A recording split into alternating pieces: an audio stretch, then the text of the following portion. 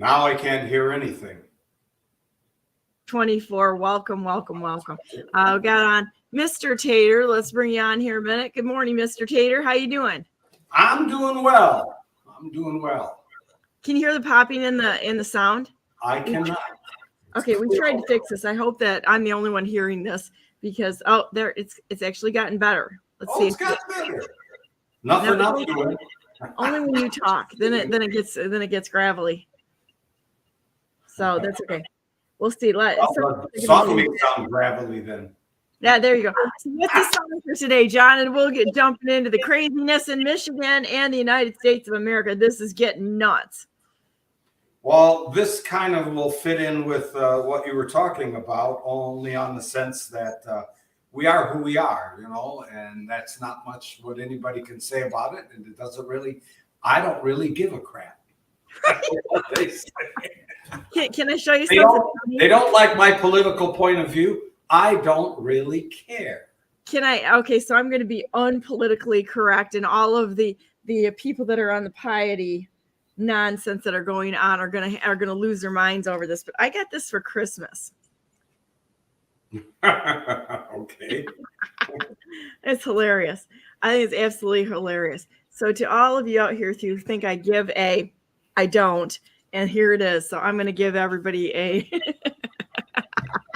It's hilarious. So it was really pretty funny. So anyhow, yes, we just really don't go on opinions. What's really funny is I got attacked again this week because I threw out there that Lori Skibo and a gal named Deb Ross were the authors behind the ranking of Republicans in the Mackinac Conference. And I happened to find this and found out that they were the intern and the editor of giving Republicans a 1 to 4 ranking. So they say. It appears that way anyway. And then all of a sudden I started getting attacked. So not only do I have Unshackle the Mitten, which I'm pretty happy about because they can't even keep their names straight. This isn't like the top shelf of the best of the best.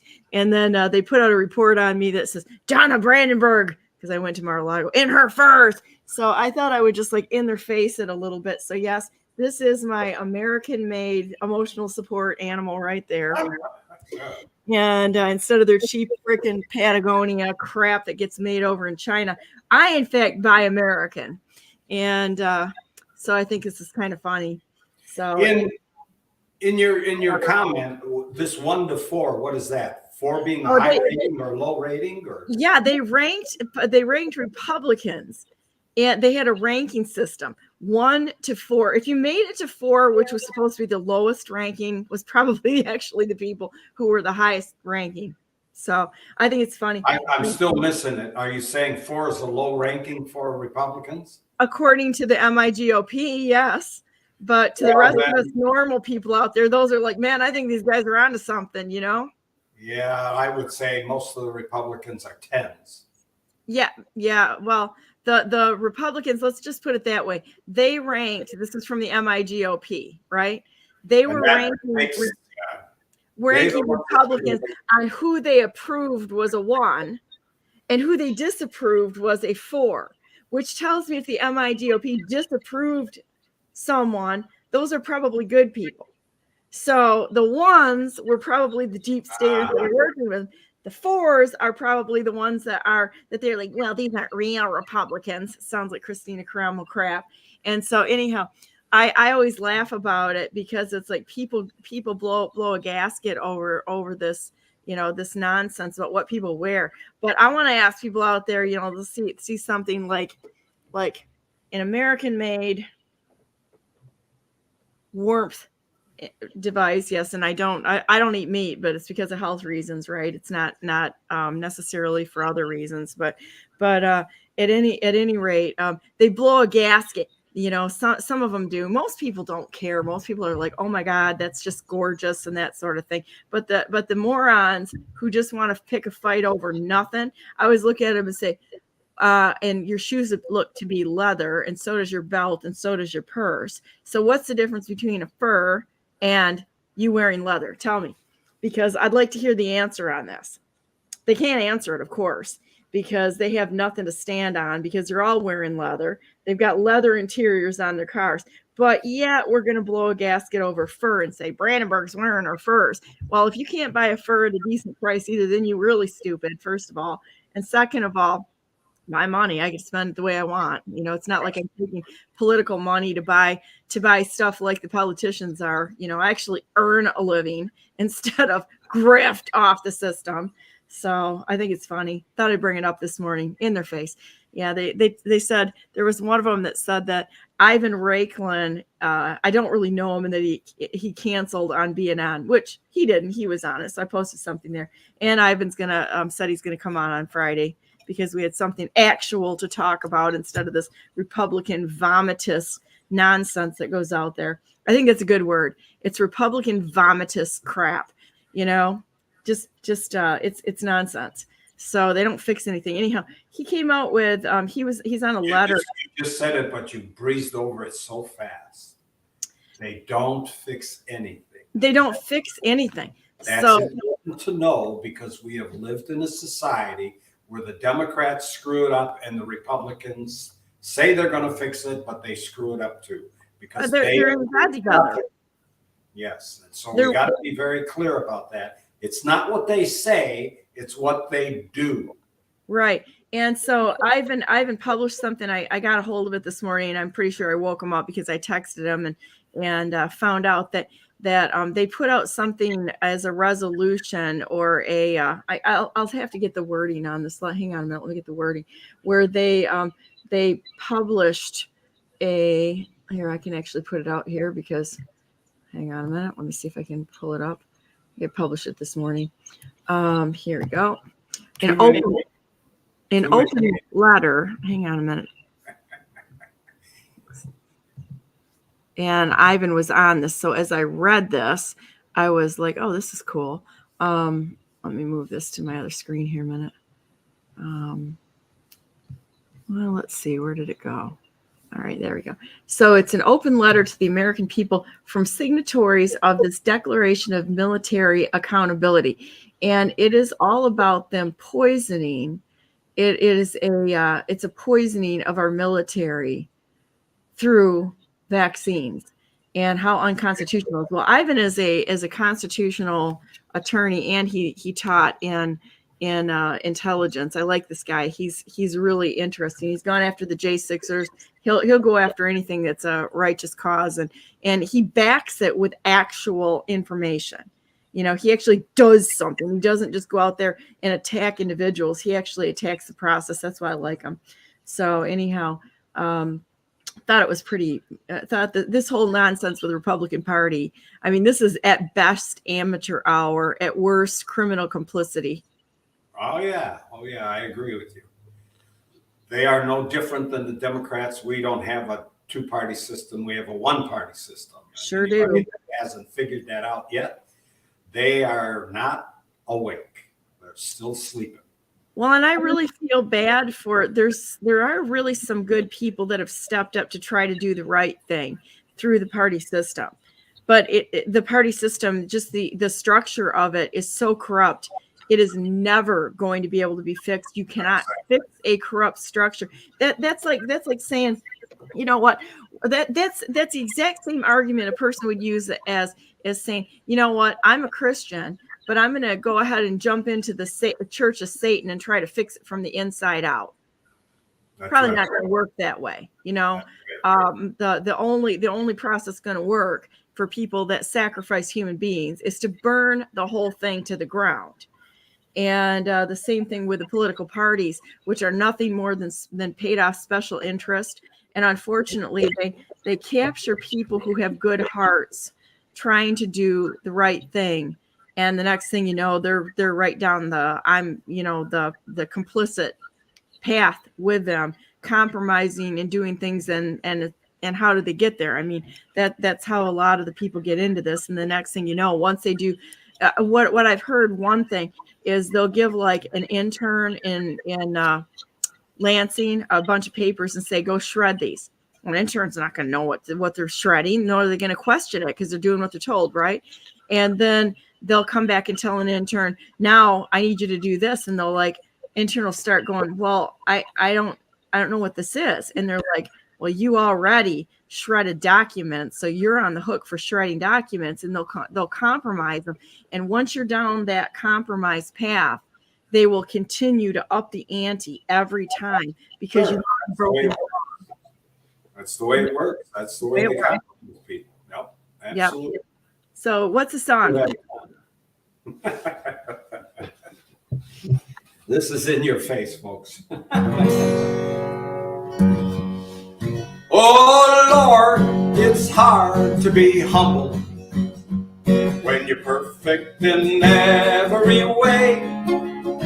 I can't wait to look in the mirror, 'cause I get better looking each day. To know me is to love me. I must be a hell of a man. Oh, Lord, it's hard to be humble, but I'm doing the best that I can. I used to have a girlfriend, but I guess she just couldn't compete with all these love-starved women who keep clamoring at my feet. Well, I probably could find me another, but I guess they're all off me. Who cares? I'll never get lonesome, 'cause I treasure my own company. Oh, Lord, it's hard to be humble, 'cause you're perfect in every way. I can't wait to look in the mirror, 'cause I get better looking each day. To know me is to love me. I must be a hell of a man. Oh, Lord, it's hard to be humble, but I'm doing the best that I can. I guess you could say I'm a loner, a cowboy all locked up and proud. Well, I could have lots of friends if I wanted, but then I wouldn't stand out from the crowd. Some folks, they say I'm egotistical. Hell, I don't even know what that means. I guess it has something to do about the way that I fill out my skin-tight blue jeans. Oh, Lord, it's hard to be humble when you're perfect in every way. I can't wait to look in the mirror, 'cause I get better looking each day. To know me is to love me. I must be a hell of a man. Oh, Lord, it's hard to be humble, but I'm doing the best that I can. Oh, that's awesome. Wasn't expecting that this morning, but that was good. Oh, that's too fun. We do have a lot of fun on here, don't we? Absolutely. Did you see that Biden gave the largest pay raise in 40 years while Americans struggle financially? This guy is a genius, isn't he? Financial genius. He's like, isn't that wonderful? What great things he's been doing. He's like Christina Cromwell, a financial genius out there. Oh, God help us all. It is wonderful how wonderful they have caused this great inflation that we are involved in, that we're seeing, that we're having to pay. And it is so wonderful how high they've raised the gas prices, keeping everybody at home so they can't go anywhere. And isn't it absolutely wonderful how they have allowed all of these people to come across the borders so they can sleep in tents and on the streets of our cities And they're getting wrap it all up. phones and That's great. credit cards, and Yeah. hotels are getting paid $400 to $800 a night to house these people. This is human trafficking. What, it's like, and it's an invasion. This is not illegal immigration. This is an invasion of our nation. That's right. And we need to call it what it is. We can thank Biden for it. Yay, Biden! You're an idiot. So, same thing as the Republican Party, the MIGOP, bunch of idiots. Can't run anything. What are the MIGOP doing about it? Nothing. They're, it's like there's a few people in there that are fighting it, but you know what? She should have been removed a long time ago when we started stacking the MIGOP with felons. It's like it's unbelievable. And I hate to say it, but we've got how much time to the election, presidential election, and all they're doing is fighting amongst themselves. That's it. That's all they're doing. Because they don't know what to do. They can't figure out how to fix the system because they're part of the system. They don't want President Trump in. It's they don't. They have said nothing. They're not fighting the election integrity. Right. They're not fighting for President Trump. They're not doing a thing. That's right. They're even worse. Yeah. Than in many states because they're doing nothing. They could have asked for a forensic audit. They could have pushed for a forensic audit.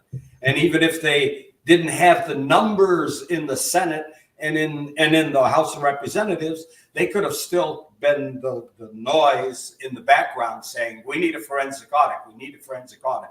But they have never done that.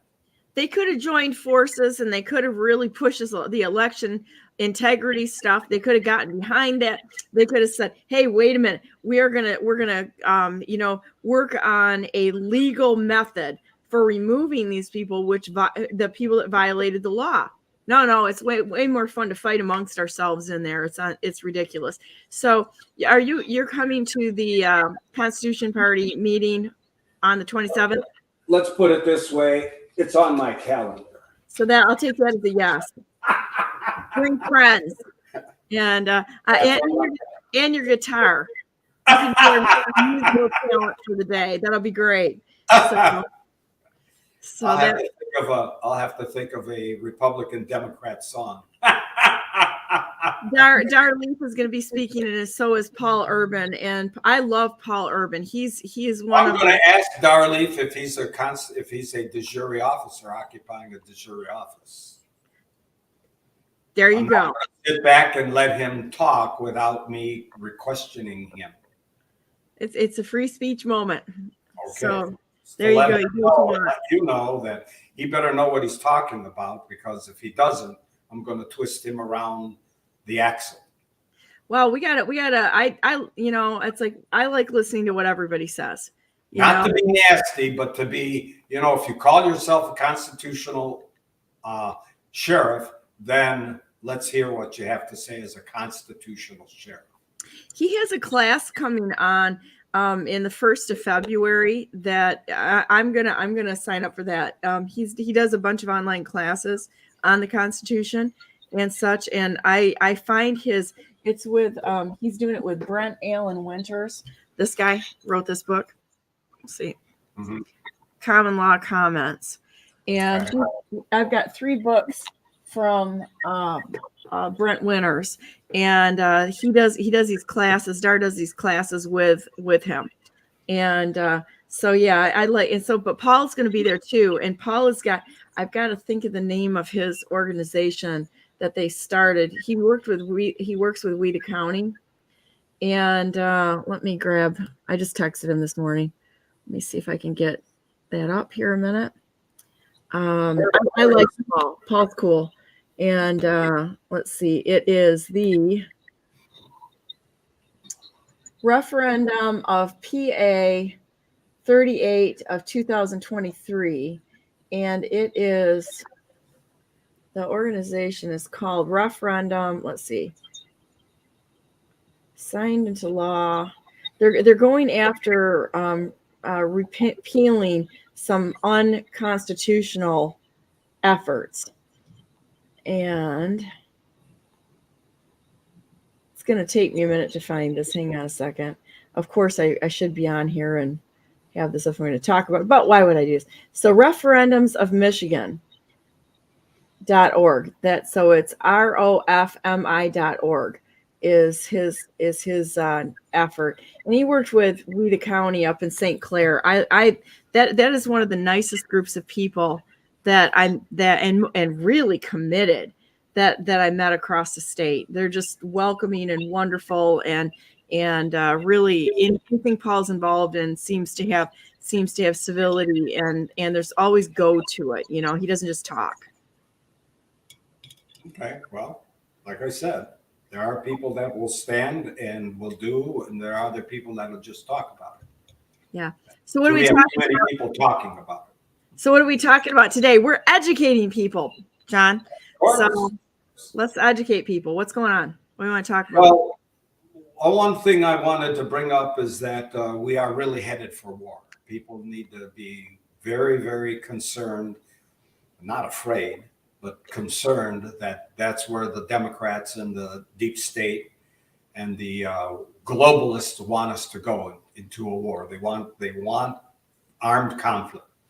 And what are they doing in Ukraine? I don't know if anybody's been reading what's going on over there, but last few days I read an article that they're starting to blow up trains. And those are the public trains. They're not government trains. So they're blowing up trains. Blowing them up? Probably the government.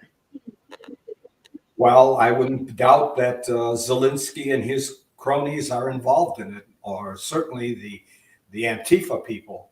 Let's call it the way it is. The Obama organization of Antifa is calling them out and telling them to blow up trains, or the Hamas, whoever they are, but they're part of Obama's criminal syndicate, and so people need to understand that this isn't the people causing these problems. This is the governments causing these problems. People don't run around with dynamite in their pockets, but governments do. And where do people get, or where do these criminals get the funding to keep an operation like this going?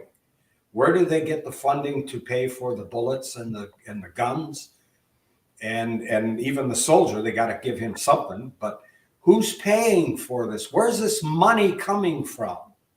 It's certainly not coming from the Ukrainian people. It's coming from the government, and it's coming from our government too. That idiot in the White House that we call the resident, he is the one that wants the money to go to Ukraine. Why? What's going on over there that he wants to fund? He wants to fund the Ukrainian people against the Russians? No, he wants to get money to Zelensky so they can do things like blow up trains. That's what this is all about. It's the government against the people. And when the people wake up, we will have freedom again.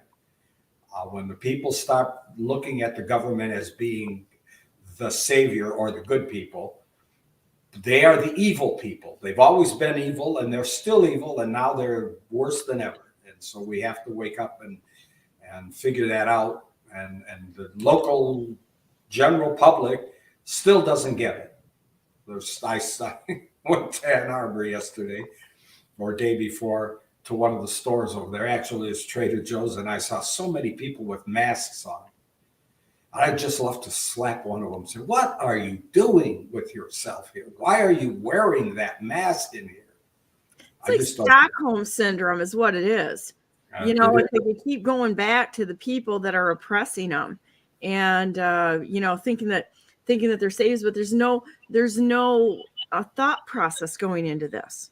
That's right. There is no thought process. They just put it on because they are kind of robotic to what they hear on the television and what they hear on the radio. That, oh my God, we got a virus again. But they went through it already for 2 years.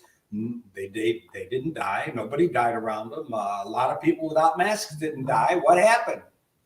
And they're back to that same old stupid behavior. And why are we wearing masks? So we can cover. So when Antifa gets out in the field, the Antifa people will wear masks and you won't know who they are. That's right. And you can traffic kids easier with the masks on too. And there's all sorts of subversive things that are going on. I wanted to show you this a minute. This is a site called lostways.net, and there's a ton of books on here, and you can buy the packages of books. But I'm going to tell you what, it's really kind of interesting. And I don't get anything for pushing or for showing stuff. It's like I just find stuff that's interesting and I put it out there. But yeah, they've got like $37 for all of these books. And I thought it was kind of interesting. They're just little booklets, right? It's not like a big thing, but all of these things, I like to collect this sort of thing anyway. Just prepper things and survival things. I love survival stuff. I think it's really interesting. But they've got all kinds of books in here. I thought it was really interesting. Small ones, big ones. If you click on the digital one, you can download it's got all kinds of stuff in there. It's really interesting. So I'm kind of more of the ideas that if you see things that are telling you what's happening, like let's for instance look at the Leave Everything Behind. I think the movie is that the Obamas are behind that came out. Yeah, I heard about it. I haven't seen it. Well, and I got to tell you, I watched something with Dan Bongino on last night, and I'm like going, he's hyping people up like there's no tomorrow. Oh, the panic, Obama's behind it. Yeah, well, they've been behind it for a long time, so I don't see any panic there really. It's like so this is not like a new thing, people, okay? And so my whole thing is if you know something is likely to happen and you look at the risks and you look at the insurance companies that now have war in their language and you look at things like this series is put out there, there's I look for patterns. There's a pattern coming out on almost all media and movies and TV shows or, stuff out there. I'm not a TV watcher, but I watch patterns. And it's all about the end of the world stuff, the apocalypse, the EMP stuff. Do I think that there's some truth to it? Yeah, probably is. They always tell us before they do it what they're going to do. So do we get scared? No. Go out and get prepared. Figure some things out that you can. And most of what we need to do is get the knowledge up here in our heads. That's right. You've got to stop relying on the electronic media. You're going to have some things that are physical in your possession, such as some books, such as some skill set, your connections with other real people. Perhaps a little food and water would be helpful. I mean, going down to a base level stuff, but I don't know. I just think that I thought this was really interesting. So I downloaded some of the digital stuff, and I think that it's something to look at. It really is. So. Well, too many people are frightened and stay frightened because once you're frightened and you can't get out of that, then you kind of lock yourself into a little cocoon where you can't do anything. You can't think, you can't organize, and you're constantly nervous and blood pressure is boiling and you just don't get it. That's not where we want to be. Fear is the opposite of freedom and the opposite of being able to be a godlike human being, I guess is what you want to put, how you want to say it, because fear is not something that helps us but hurts us tremendously. And government has been pushing fear forever. That's their job. And you just got to understand, people need to understand that. But anyway. Here, I think this is kind of cool. I'm going to see if I can pull this up. Let's see. Let's see if I can put it on Firefox here. Okay, here I'm gonna share this a minute. This is one of those. The books that you can download, which I think is kind of interesting. So here, how to communicate after with frequencies and stuff. I thought this was kind of interesting. Called how to communicate if the communication goes down, because I'm hearing a lot about that, cell phones and how to get how to communicate with people. Interesting. Nice little quick handbook on topics, I think that we're going to end up having a little crisis. I mean, a short-term crisis. I don't think it's going to be a long-term crisis, even communications, because the deep state has to communicate too. And if they shut the communications down, it's going to hinder their ability to do whatever they're going to do. So they're going to have little pockets here and there, and they're going to try to frighten maybe Ann Arbor, maybe Detroit, or maybe Houston or whatever. But it's not going to be nationwide because it can't be nationwide. It's just physically impossible, number one, to do it. Number two, more important, they can't do their communications either unless they're going to crawl into a hole, blow up the world, and then come out later when they think the world is better. But how are they going to know that it's better tomorrow? They're not going to know without the communications abilities. I thought this was funny. They're all building bunkers. And I posted a meme that I saw. It's like, you can go ahead in your bunkers, but you better hope that somebody on the outside doesn't know how to make cement. That's right. Or block the door so you can't get out. That's right. Yeah. Or even Mother Nature helping by a tree falling on their exit door. I mean, there's just so much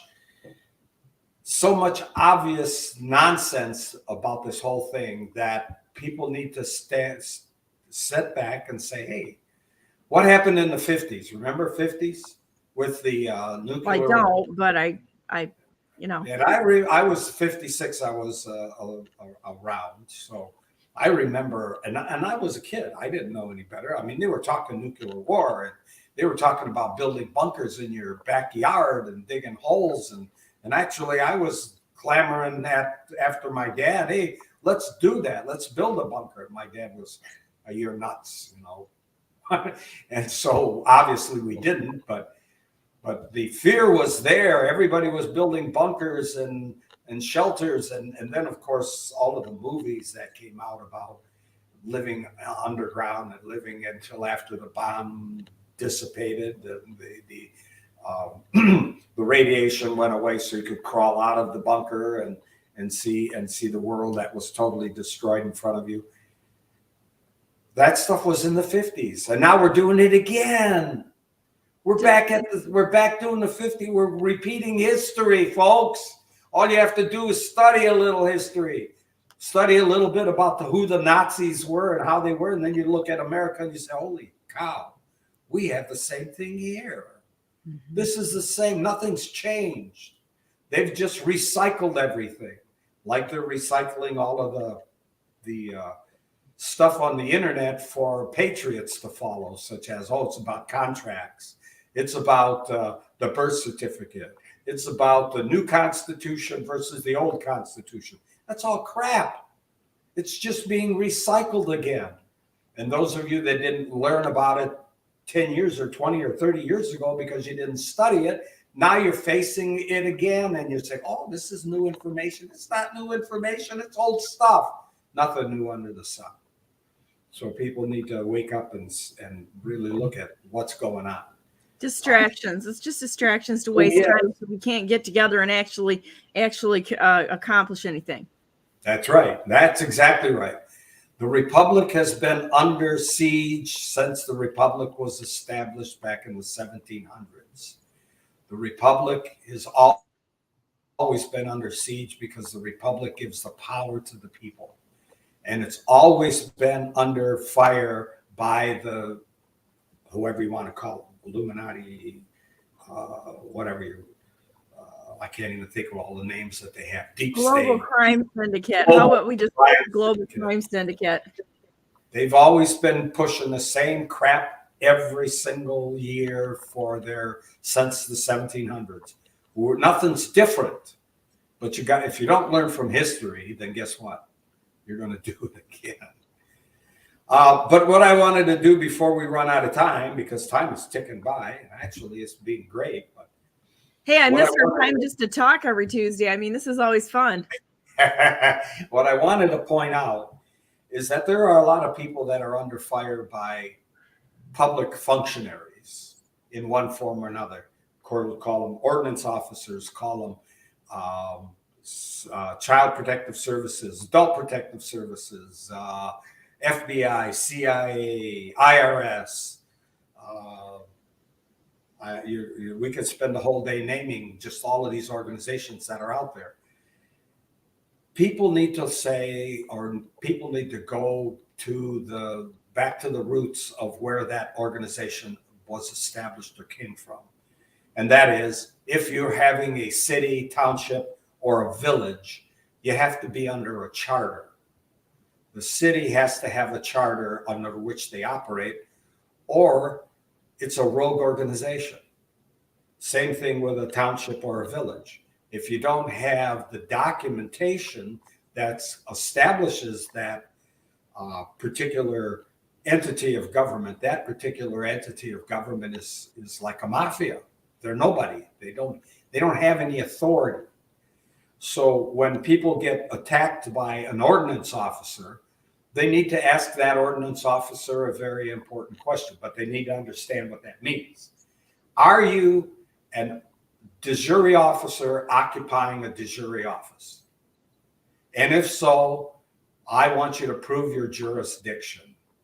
Prove who you are, that you are in fact lawful and allowed to be in that position. You just don't have a title. Hey, I'm an ordinance officer. I can go get a star and put it on me and say I'm a sheriff. But if you don't have any authority behind you, be it the Constitution or the charter, city charter, you don't exist. And who says that? Norton versus Shelby County. You cannot create a de facto office. No government body can create a de facto office. So if there is no charter that spells out what an ordinance officer is, who he is, how long he's supposed to be in his position, what his duties are, he doesn't exist. He's a usurper, and you don't have to follow his directions. In fact, you can take him to court and challenge his jurisdiction, but you got to know that. And so I talked to a couple of different people in the few days in the past about, they called me and they say, I got this ordinance officer and he's fined me for the following. And I says, well, did you look in the charter and find out if the ordinance officer actually has a position in your government? No, the city doesn't have a charter. No, the city has to have a charter. You have to go back to the root of where that position came from. Now, if the legislature decides to make an act that we're going to have an ordinance officer, that's not a de jure. That's not effective. The legislature cannot create an office. The legislature can put somebody in that office, maybe, but the legislature cannot create that office. That office has to be in the Constitution. And why? Because when it's in the Constitution, then we, the people, have voted on it at one point in time, or had our representatives vote on it and put it in the Constitution. It was an amendment to the Constitution. Then an amendment, that ordinance officer can exist. But they don't want to go through amendment process, because it's tough. It takes 3/4 or 2/3 of the Senate and House of Representatives to put forth an amendment, and that's a tough battle versus a majority of the Senate, which is a democracy, which we don't have. We have a republic. That's why I'm saying we need to go back to the roots. We need to go back to who we are. We are the republic of America. We're not the democracy. We've never been a democracy. So we don't, once we declare ourselves as the democracy, all it takes is one vote above the majority. We have a majority vote. That's 51% to 49%. And we can change the law. Can't do that in a republic. Can't do that. It's got to be mob rule. Right. A democracy is mob rule. That's right. And that does not ensure the rights of anyone. It tramples on all the rights of the individual rights. So how does the Constitution of the state of Michigan take hold and become the official document for Michigan when 0.1% passed it. It's illegal. That's right. It doesn't exist. The 63 Constitution is null and void. It doesn't exist. And all of these, and so that's what we need to get in our minds when we start talking about people that want to run to be governor or people that want to run to be state senators and House of Representatives. What is this Michigan Constitution that was passed by 0.1%? How is that a lawful election or a lawful taking of the government position? How could you put something into power at 0.1% when it takes 2/3 to push forth an amendment?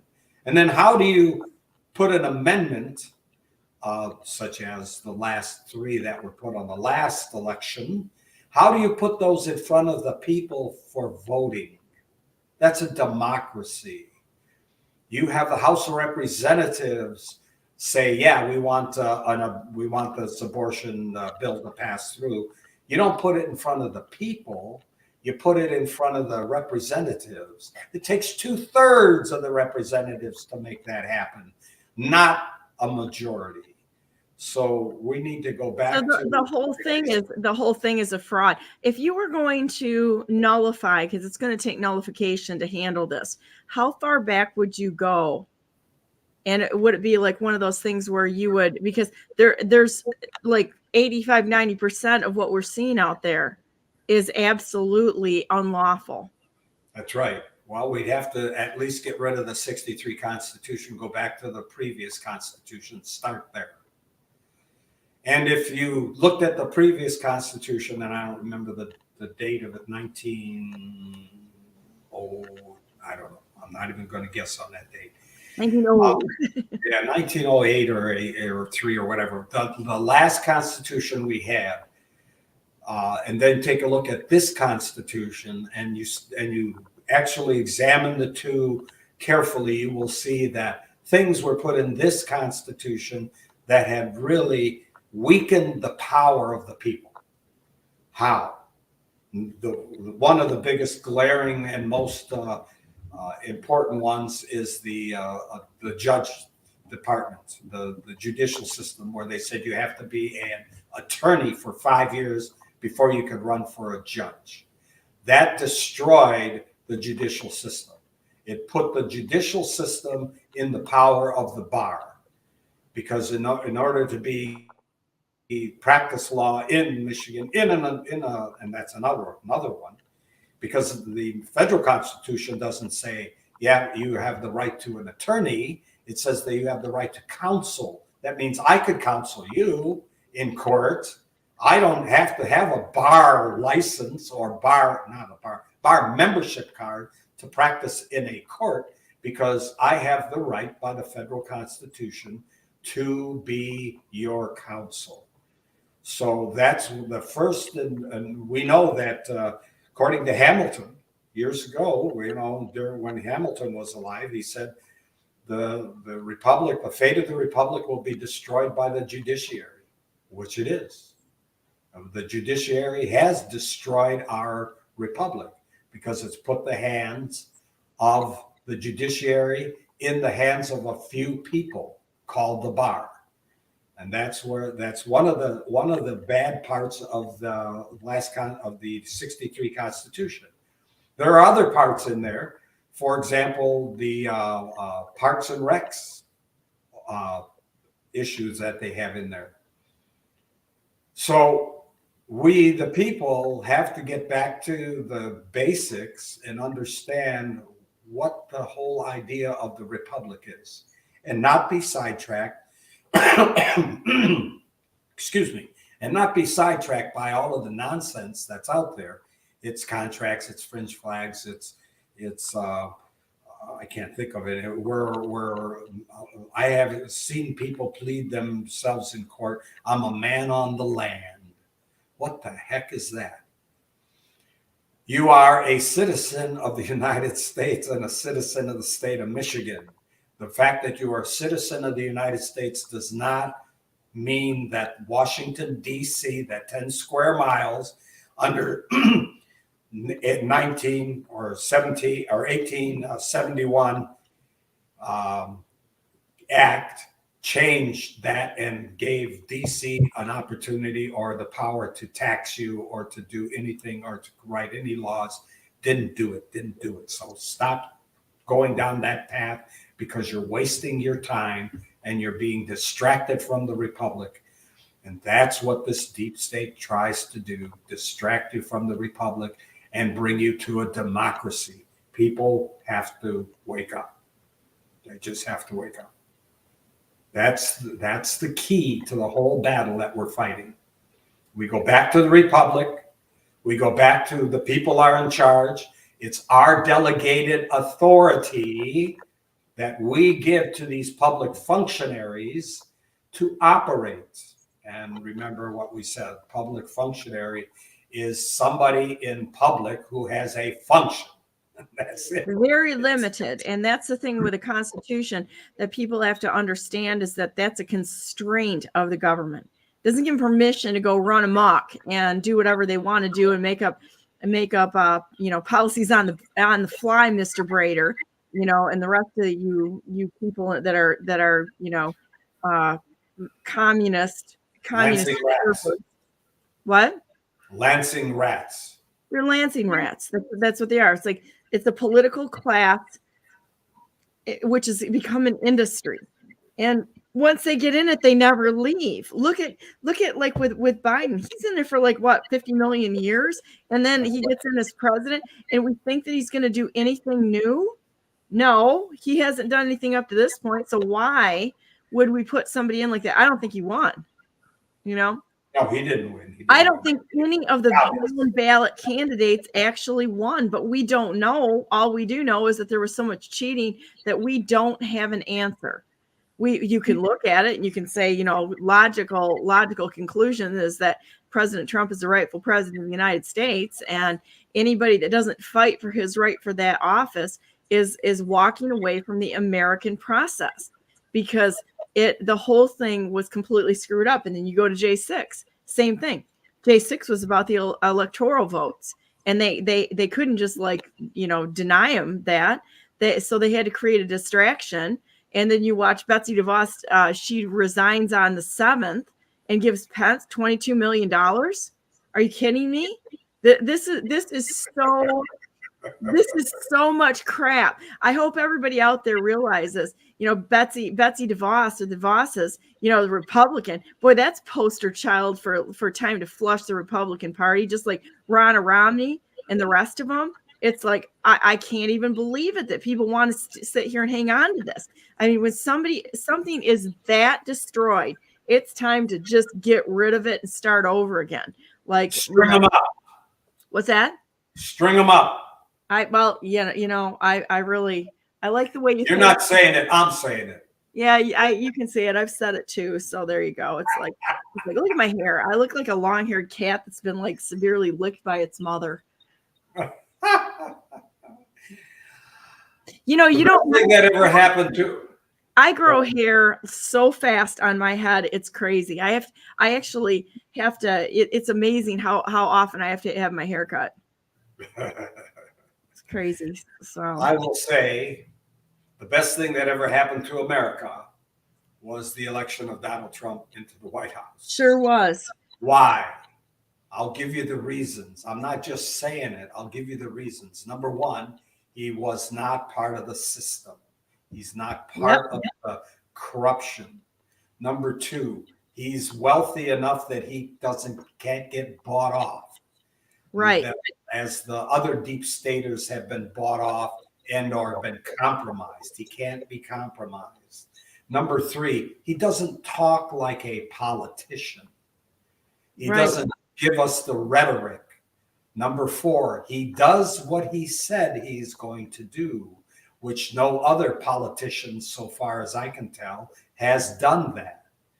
Number five, he is feared by the deep state and by everybody. They're doing everything in their power to get him out of office. If people don't see this, I don't know what's going on with their brain, where they are.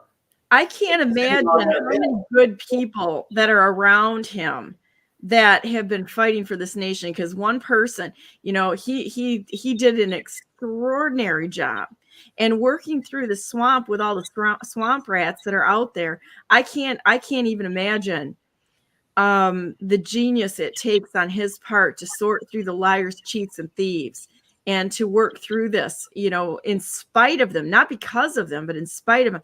And how many really, really good people are out there, like General Flynn and Admiral Rogers and like Dan Scavino. I love Dan Scavino. I've always been obsessed with Dan Scavino's tweets and posts and such. I'd love to meet that guy someday. I'm going to tell you what. You know, people that really stood close to him, Melania, you know, just some really, really good people that stood together as true patriots to take this nation back. It's really, it's incredible. What a great time to be alive, to actually see this. We do not, that's right. We are in the second revolution of America. Sure are. And this one, we're taking it all because we're not asking permission. And, you know, we've got way more than the 3% that it took for the first revolution. We've got way more than that. They don't stand a chance. That's right. But the people, those, I don't know what the heck you call them, fringe people, ignorant people, mentally ill people, whatever those people that are out there that don't like Trump because they don't like Trump. Why don't you like Trump? Because he is, and they quote the two comments what the radio says about him. But do they really even know what's going on? No, they don't. Because I've asked several Democrats or people that claim to be, I've asked them questions like, can you tell me the difference between a republic and a democracy? They have no clue. Can you tell me what's going on at the border? They have no clue. They don't. What about inflation? What is inflation? They don't know what that is. I don't know where they're coming from. When you've been on this planet for 20, 30, 40, 50 years, and you don't know these basic things that are affecting your life, I don't know where you've been. What have you been doing? You can't even party that hard not to be that intelligent, to lose what's going on around you. I don't know, but this is a problem that we have with a lot of people out there. People still wearing masks. Why are you wearing a mask? I mean, you've been through it already, one for 2 years, and you're still deciding that you gotta wear a mask. Why? I don't get it. I don't get it. I don't get it. Well, I think this time around they're going to have a harder time because they've got, you know, did you see the air traffic over Europe this week? No. Oh man, it was really weird. They had France was completely shut down, and all these little white vehicles that were on the ground popped up. I would like to track planes, you know, aircraft. And so I was watching this and watching what was happening over Europe, Ukraine, Romania, Latvia, Estonia, and Lithuania. It was like dead airspace, completely dead airspace. But all of a sudden, all these gray towers started popping up on the trackers, and then also white vehicles that were positioned. I can show you if you want to see. And we've got time. My next guest isn't here yet, so I'm sure she'll be on in just a minute. But it was kind of a weird thing to watch this. And all I can say is that sure as heck looks like they're trying to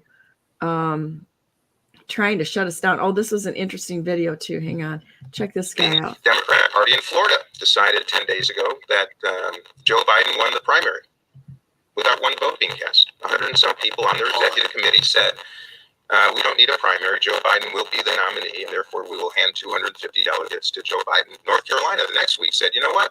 Despite the fact that I qualified by simply being a presidential candidate who is in the national news, that's their only predicate. They decided they don't need a primary either, that Joe Biden has won, and they will hand their delegates to him. And this is happening right in front of our faces. And the president has not said a word about it. So I'm concerned that part of what you're seeing right now is this duopoly working to actually prevent competition, prevent debate, and prevent voters from even opining. And that is the truth, and I've got to shine light on it, and I intend to do it every single day. Love that.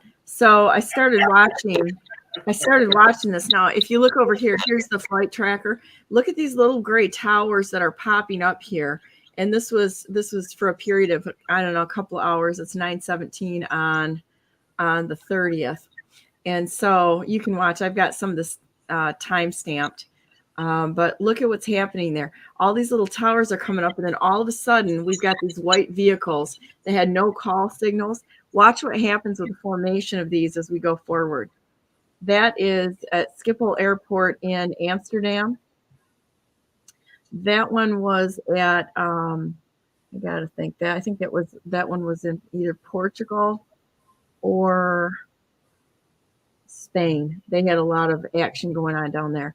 And then I started looking over here for Portugal and Spain, and here's an aircraft that has no call sign, which is always really suspect to me. What are they doing there? And the way that they were, the formation they were in was just kind of odd. And it got worse and worse. So now we've got a white vehicle there, no call sign. And it was just kind of one of those odd things. But what really got odd is we've got one here in Helsinki and, in Finland, and we've got one in Estonia. And then we're over here, and this is Warsaw, Poland, and all of these vehicles popped up. First time I ever saw it. And we're going to go over here. We've got Romania. Romania is popping up. Look at all the towers. And this was the military over the United States. Not possible. So they got the transponders popped off, so you can't see them. But we got one of those towers here. That's normal traffic. The other one was military traffic. So, and then we're up here. We've got around France. Then those towers started popping up down there and over here. And then all of a sudden, no air traffic over France, minimal over Spain, and same thing with the Netherlands. Belgium's pretty well empty. And then it's just right here, but look at all these white vehicles. It's almost like they're popping up right on the border. It was really bizarre as I was watching this. I'm like, what in the heck is going on here? This is just weird. And then here you go. We've got Latvia, Lithuania, Romania, and part of Ukraine and such.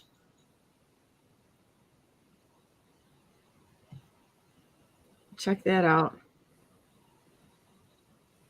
Well, like I say, I think we're preparing for war. Yeah, it's Belarus.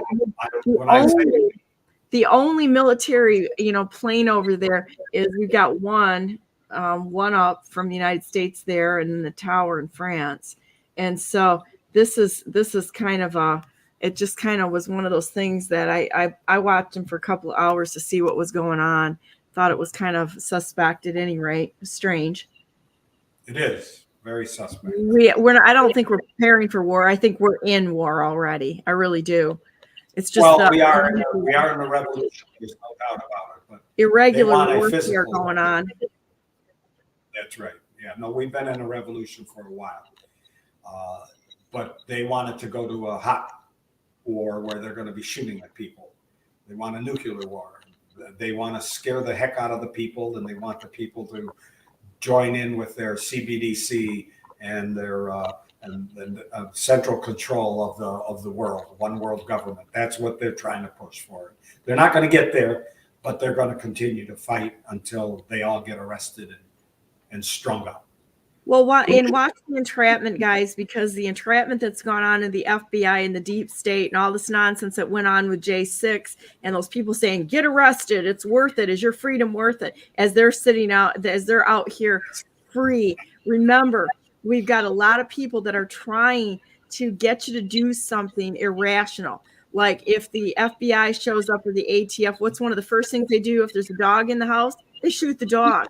Because they're trying to get people emotionally stirred up. And so I think I can't stress this enough. Don't take to the streets. You've got the ability to defend your house, and that's okay. If something happens, stay and defend your home. You have the right to do that lawfully, to defend yourself and defend your property. And so that is your right to go out and protest in the streets. There's nothing in the Constitution that says it's okay to go out there and create civil disobedience to the point of the way that they're doing it. There's a lawful way of doing this, not a crazy way where we go burn cars and stomp on people's rights and do all this crazy stuff. That is not okay. That's not the American way. No, it's not. We're smarter than this. And that's why they have been failing. Yes. That's why they have lost the war. They know they've lost the war. They know they've lost the information war, and they're pushing for a hot war. We don't want to go down that road. No, we're wasting. We can do this lawfully. And just like President Trump has conducted himself in a lawful way to catch the criminals, expose corruption, and set it up in order to, when they drop the hammer, it's going to be decisive. It's going to be without any argument, and it's going to be done. These people in the deep state are going down. And, on top of that, God is with us. All we got to do is just be a little patient. Keep your brain and your wits about you. Don't do something stupid, or then they're going to get you just like, and they don't even have to have a reason. I mean, look at all the unlawful arrests they did in J6 or the unlawful other stuff that the FBI did. And you know what? If the FBI wants my respect, then clean out your own house, because I'm assuming there's good people in there somewhere. Then it's time for y'all to act and kick them out. And see that they're prosecuted for their crimes of entrapment, coercion, threat, all of this stuff that's out there. Clean your own house out. Same thing for the cops. The cops need, you start going into people's houses and shooting their dogs for swatting. Clean out your own house, or walk away. Walk away. You can always walk away. God will provide. He will provide. Any last words here? I'm going to bring Courtenay on next, and it's after the well, it's that we had a wonderful time at Nicola's. Wish we would have had more people show up, but we did have quite a few. That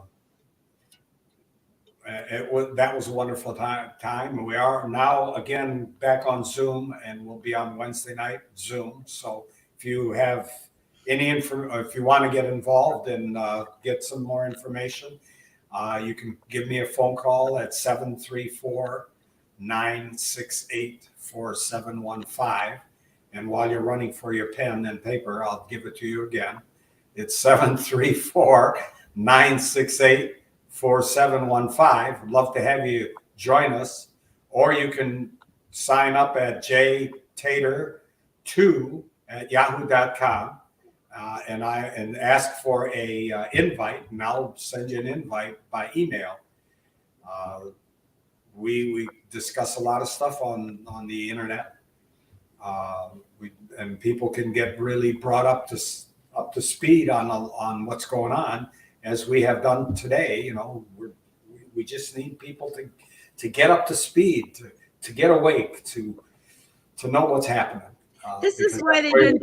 Change. This is why they didn't want us gathering during COVID. This is why they don't want us talking like this. Exactly. And just so you know, we did a massive upgrade to Brandenburg News Network, and we are now on tour. So it's like, good luck with that, deep state. You don't control all the nodes. So guess what? They were warned. I said, keep at it, and we're going to continue to absolutely go forward with this, getting the truth out and fighting their censorship, because that's what's happening. So, just keep attacking. We'll just keep popping up in 100,000 little incarnations of ourselves online, and in ways that make it more difficult. So you might as well just stop the fight, because we're not going away. You just maybe made us a little angry, and angry enough to continue the fight on and make it real. That's right. So I just wanted to say one more thing, and then I'll say goodbye. And that is, no government body can create a de facto office. It's impossible, according to Norton versus Shelby County and the federal Constitution. If it's not in the Constitution, that office does not exist. And we have to drive that into our minds, and we will clean up this mess. Health and Human Services doesn't exist. MEA doesn't exist. NEA doesn't exist. All of this stuff, ATF doesn't exist. It doesn't exist. And the way to get rid of it, have somebody in charge that's willing to pull the funding. Done. Game over. Yep. There you go. All right. Next week. Until what? Till next week. Till next week. It's nice to see you again, sir. Hang on a minute. I didn't do the customary. And thank you so much for another wonderful Tatar Tuesday on Brandenburg News Network. So anyhow, thank you so much, and we'll be talking to you soon. And have a great day. Thank you. Have a great day, everyone. All right. We'll talk to you later. Bye. Bye-bye. Okay, next up is Courtenay Turner and Real History. I'll be right back.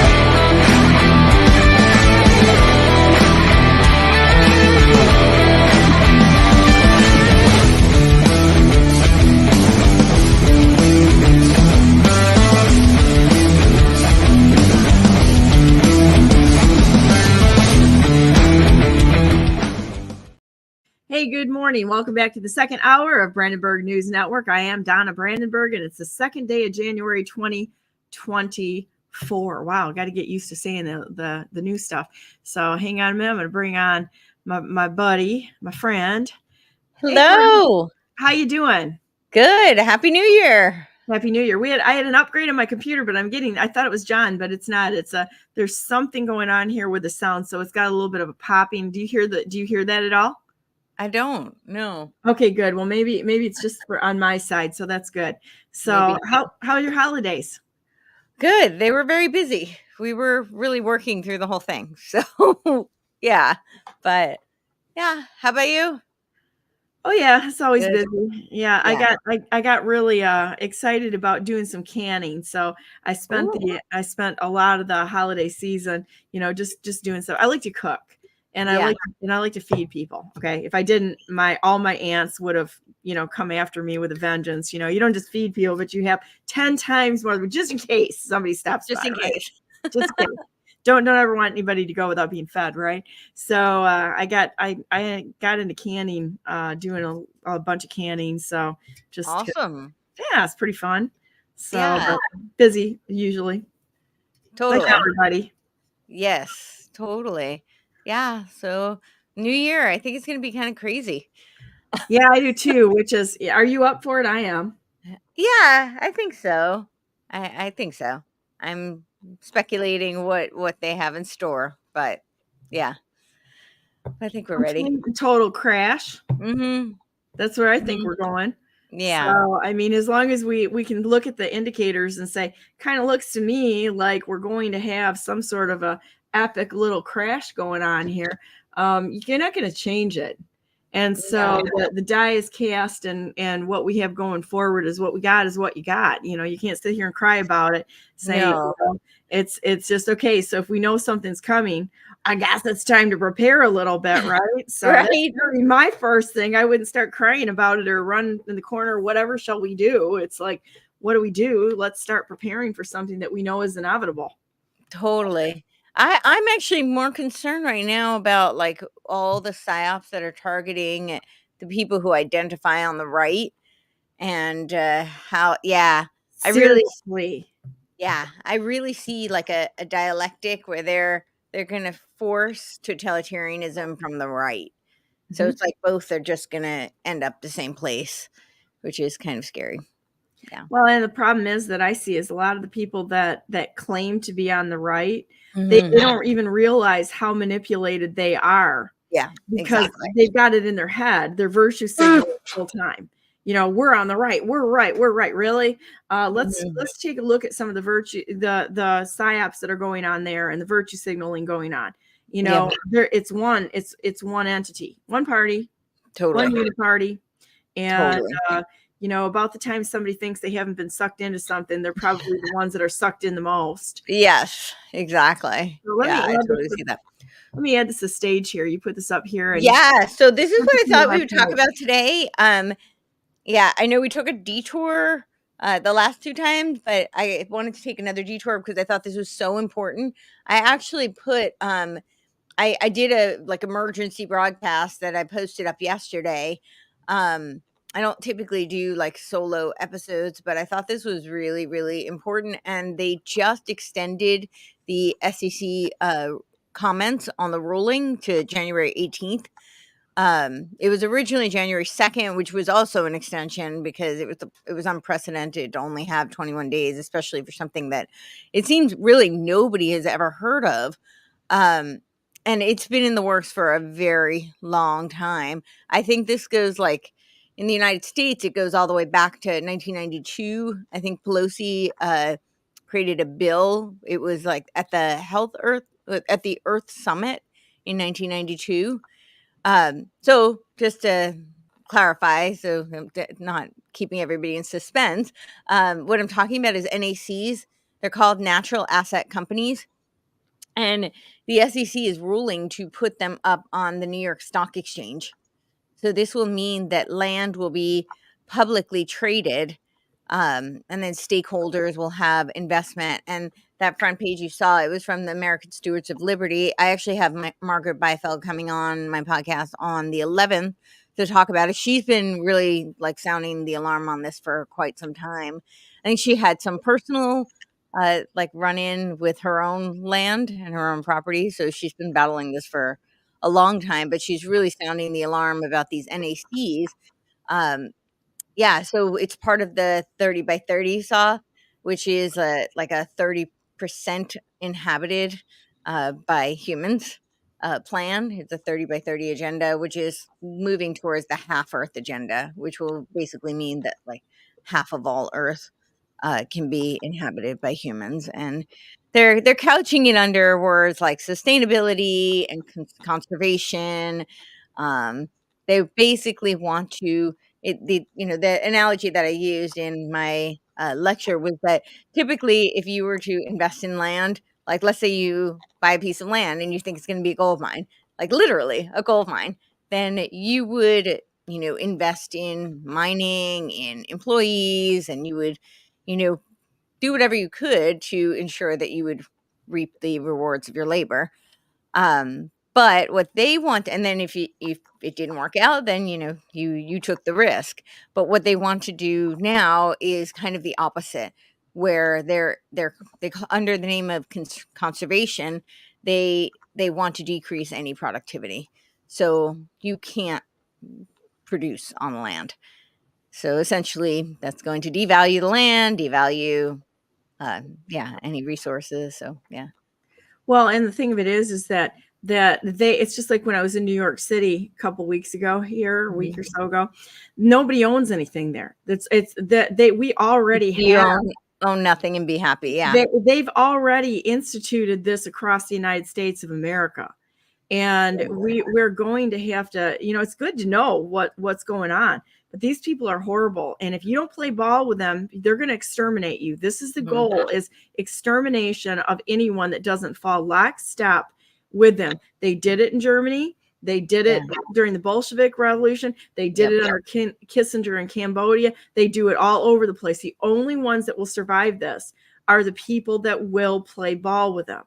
And the rest of us, get ready for the axe, because that's what's going to happen. Did you know that in farmland, we're into the farming component of the United States. There's something called tenure, and they will actually pay farmers. They've been doing this for a long time, not to produce on their land. And the problem with that is it's the same thing. It's like, why would you pay a farmer to take their land out of production unless it's just another It's just another cabal. It's just another cartel is the word for it to Yeah. price control. Yes. We could feed the world. We have so much abundance, and it doesn't take much Mm-hmm. to feed people. Half an acre. If you have a half an acre garden, 36 chickens and 2 goats, you can feed 9 families. Did you know that? No, I didn't know that. Good. Yes. So wait, okay, half an acre, 36 chickens Half an acre garden, 36 chickens and 2 goats. and 2 goats. You can I'm feed gonna write 9 that families. down. Yep.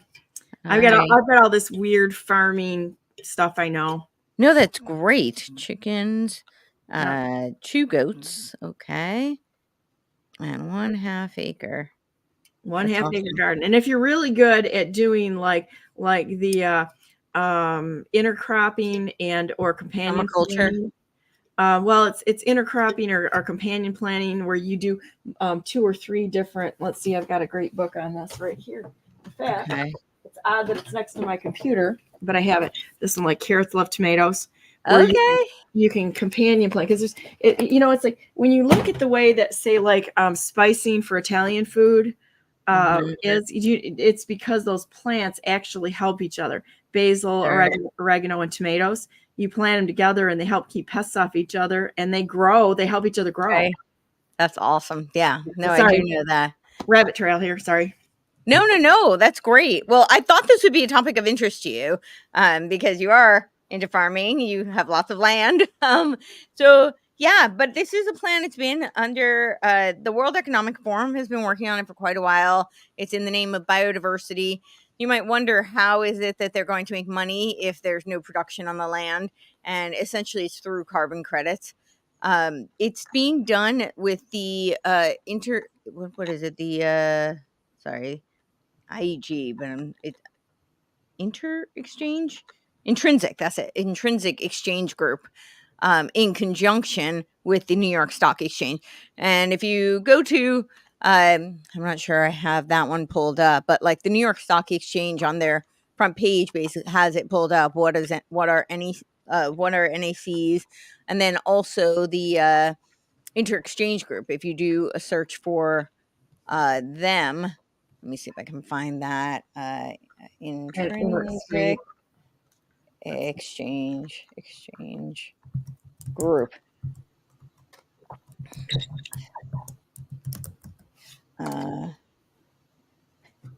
Google wants my location, not right now. .org. So it's Intrinsic Exchange Group .com, and I have it pulled up. I don't know how I share that though. Let's see. Oh, and I found something really crazy while I was doing that. It was Inter-Exchange. Oh, I don't know what that That's is. kind of interesting. What is Inter-Exchange? Yeah, well, we'll go there another time because Okay. I look at that, but that's kind of crazy. So How do I present it? you got to go to the bottom and say add screen. So under present. Oh, add screen. Yep. And then I'll add it to the broadcast. Okay. So no, the Inter-Exchange, that one. Yeah, there we go. Thank you. Cool. All right. And Okay. Oh, there we go. Okay. Yeah. So that's it. I could scroll down. Let me see if I'll just go to this. So why do we need NACs? People often say that nature is priceless, intending to indicate how valuable it is. But in today's economic system, the value of nature is simply not counted. This has resulted in things like pollution, climate change, biodiversity loss. Efforts to address this market failure have made strides through philanthropy and policy measures in the form of taxes and regulation. But these have been insufficient to address the challenges at the scale needed. How big is the shortfall? The financial gap for biodiversity is estimated between 598 to 824 billion per year. For climate change, about $5 trillion per year. And for transition to a more sustainable, resilient, and equitable economy, orders of magnitude larger. We believe that natural capital and financial capital need to be brought to a level to a level playing field to address a major environmental, economic, and social problems we face today. That is why IEG developed NACs, which value the goods and services that nature produces, like clean air, water, productive soils, and provide a way to invest directly in the health of nature rather than just reducing the harm done. They are lying so badly here. It's not even funny. Says these people that just spent, what is it, $300 billion to kill people in Ukraine. And I mean, it's the same people behind this. These are people. Well, it's I'll tell you who it is. So it's in partnership with the New York Stock Exchange, and their funders are the Rockefellers. So the CEO of the Intrinsic Exchange Group is Douglas Edgar. There's several videos, and on the broadcast I just did, I posted 3 clips of him talking about the Rockefellers and how why they would be interested in this, and how they understand the nature of philanthropy, and that you basically have to keep funding something like this because this is a cause. And yes, that's Douglas Edgar. Not philanthropy, it's theft. They're a bunch of stealing bastards that only want stuff for themselves. This is true. It's in partnership with the World Wildlife Fund. So these are their funders, the people who finance the Intrinsic Exchange Group. And the World Wildlife Fund, some of you may remember, that was the brainchild of Julian Huxley, who is a eugenicist, right? He's one of the founders of UNESCO. And he had his infamous quote about how, his Malthusian worldview and how we need to reduce the population.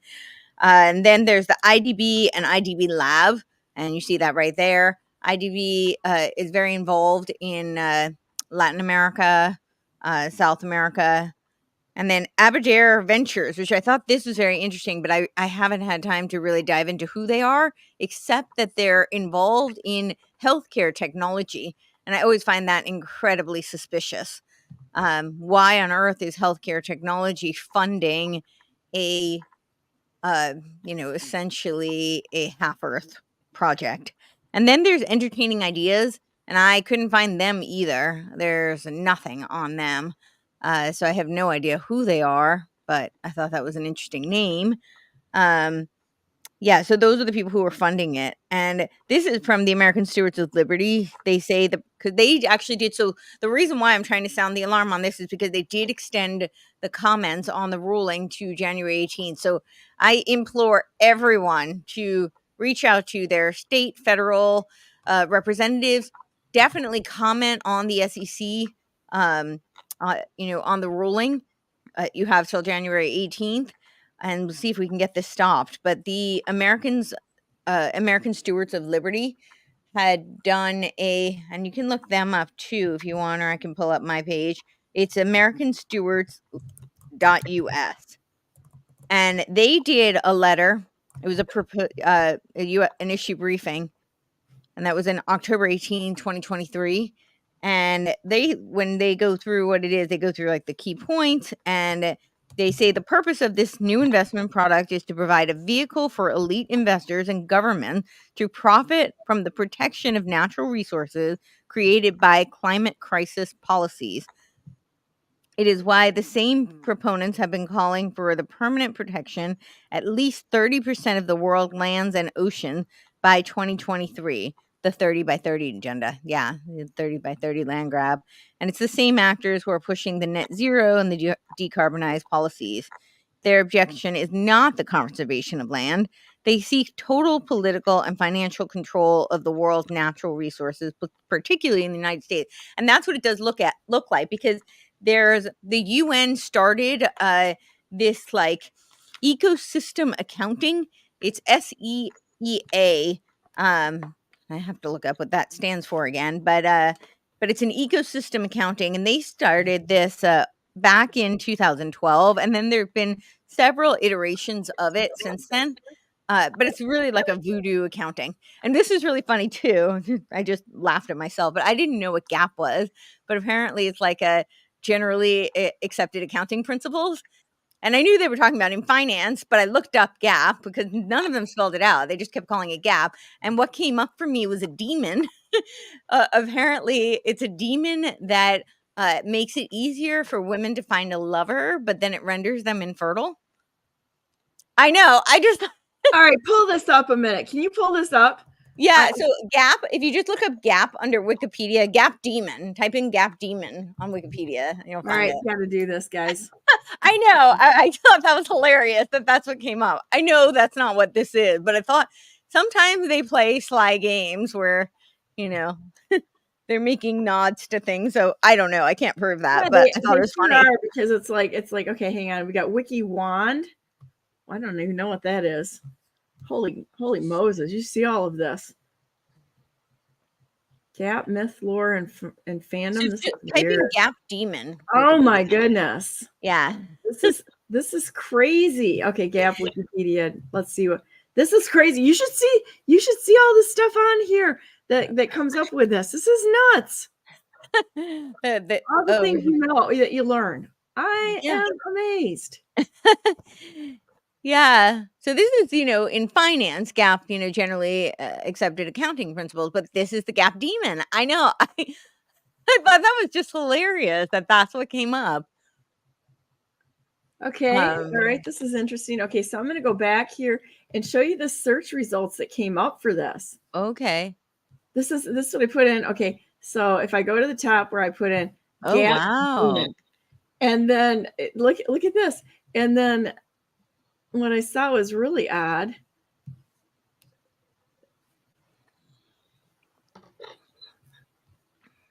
No idea. Okay. Clearly nobody carded me for this life. Somebody should have carded me for this life.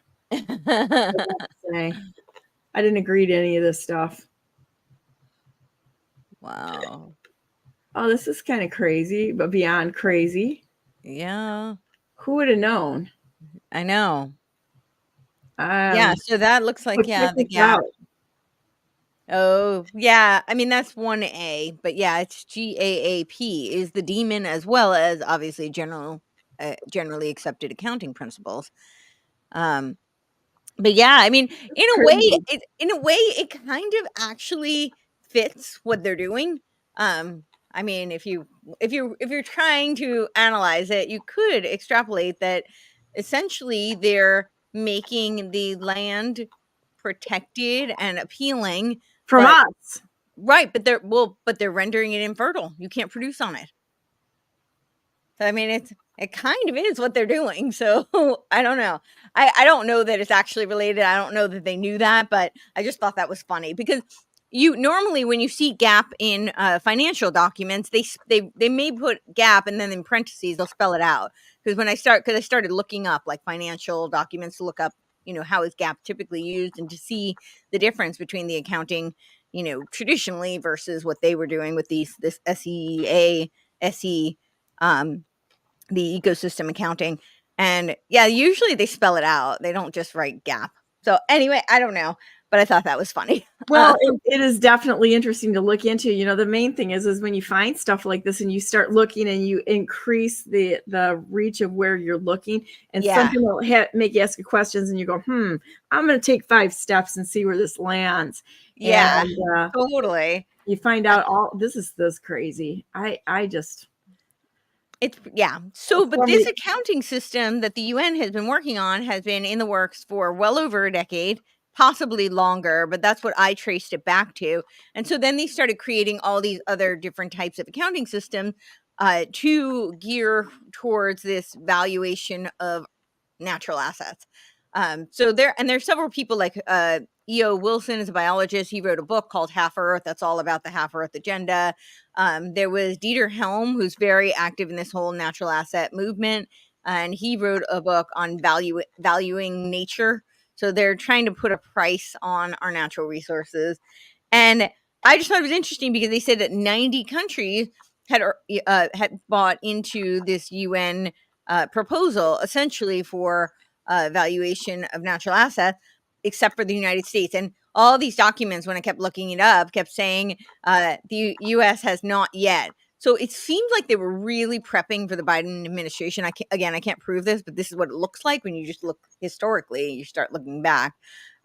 Because one of the first things that Biden did, he had an executive order He had a couple of them, but one of the first executive orders was about nature conservation. And then he did the America the Beautiful project. And I think the Americans for Stewards for Liberty has some of that in there. But you can just also look up America the Beautiful. And it was part of his 15-year green economy agenda. And this is all like paving the way for this natural asset companies to be accepted. And now they want to put it up on the New York Stock Exchange, which They was serve money. That's all they What? serve. They serve themselves and they serve money. That's it. yeah, but this is really really scary because now they're swooping up. I mean, they're already swooping up farmland, but now they're doing it where essentially it opens the door for like our adversaries. So foreign countries can invest in private land in America. And there was I think the Epoch Times released it, but it was a secret memo with Qi Huxian. He's a defense minister of China. And he was talking about how elites in China have deeds on American property. And they're just waiting for like those people to die off so they can swoop it up and inhabit it. So I can just see how this opens up a whole new opportunity for them. And there was something else that I don't remember the details of it, but in Russia also where they were eyeing American land. It looks like they're targeting America in particular because I think America is so rich in natural resources. And they've already got 90 countries, at least according to what the UN was saying, that were on board. So for them to be targeting the United States so hard, it seems like, and I don't know. I mean, I know there's a lot of things that are similar to this that are already happening, that are already in the works, but I had not heard anything about this SEC ruling until last week. And now it's going to be passed. It's basically already been passed, but we can possibly, that's why I want to sound the alarm, because people can stop it. It was Marlo Oaks, this Utah state treasurer, who actually got it extended to originally to January 6th and now January 2nd, sorry, and now it's January 18th. And he got 22 other, or at least at the time when I looked it up, 22 other state treasurers to sign on. Now I think it's more. So I feel like if we can get enough people aware and interested, because this is going to end any private property.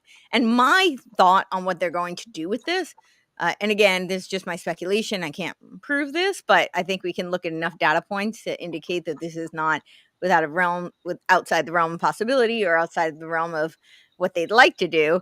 But I think they want to terraform it to make it all synthetic.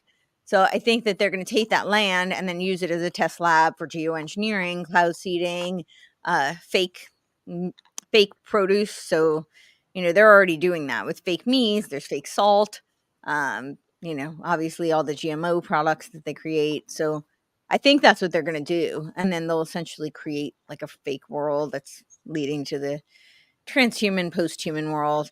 And there's several books, actually. I thought there was only one, but there's actually a few like handbooks on post-humanism.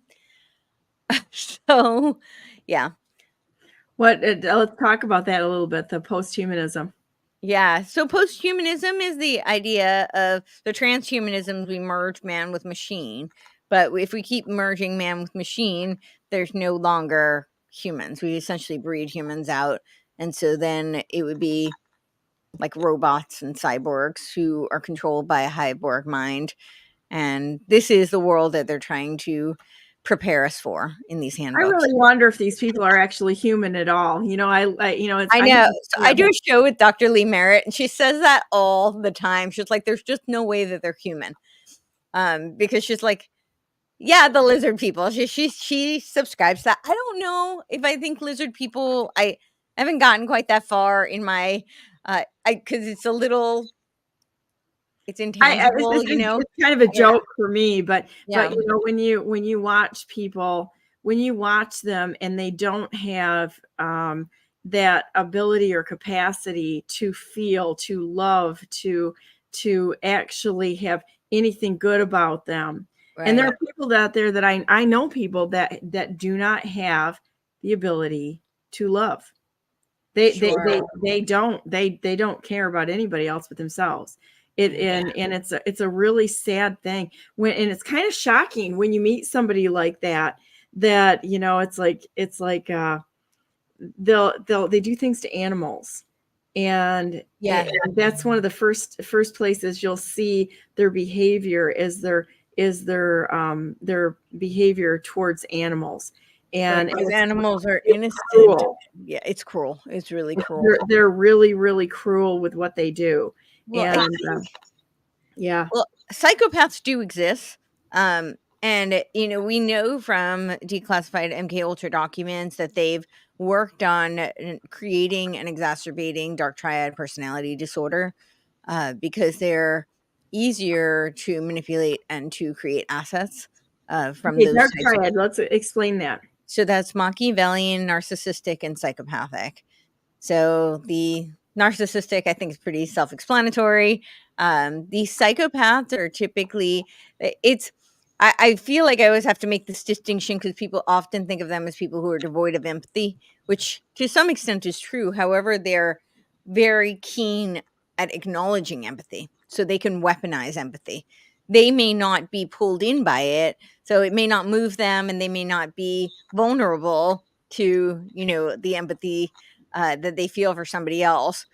So they're not easily manipulated by it, but they can weaponize it. They recognize it and they know how to use it in order to manipulate another person. So I think that's one of the most sinister aspects of it. And it's also, in some ways, what makes them, I don't know, great isn't the right word, but, you know, but it makes them a great asset, you know, like for operations, because they're not going to have the same feelings of guilt, shame, or compassion for somebody else, because part of compassion is empathy. So, and then Machiavellian, you know, is just what it sounds like. You know, it's that kind of dark, sinister, dictatorial, controlling type of behavior. So, yeah, and usually the psychopathies do come in triplets. It's very rare to see somebody who has a, you know, pathology, psychological pathology, just in isolation. It's typically paired. The other one that they don't necessarily put in there, but I would put the extreme versions of borderline personality disorder. I think that borderline personality disorder often goes hand in hand with narcissism. And borderlines are, you know, they typically are devoid of, identity, like a strong sense of self. They typically do splitting. And I think our culture as a whole has really exacerbated borderline personalities. I think in some ways they've also normalized it. I don't think borderlines were as prevalent. People might argue with me that no, they're just more easily diagnosed, or now we just know more about them. But I don't actually think that's true. I actually think there was an intentional increase, like a creation of borderline personalities, because they are easier to manipulate for dialectical progression, because they tend to split. It's very hard for them to see things in shades of gray and nuanced perspectives. They tip everything's either good, bad, and a lot of it is because they don't have a strong sense of self. And we see this; they're constantly eroding individual identity. This is, you know, how the group identity politics works. This is how, you know, all of this. I guess, like, I don't know how else to put it. It's just group identity politics. You know, nobody is.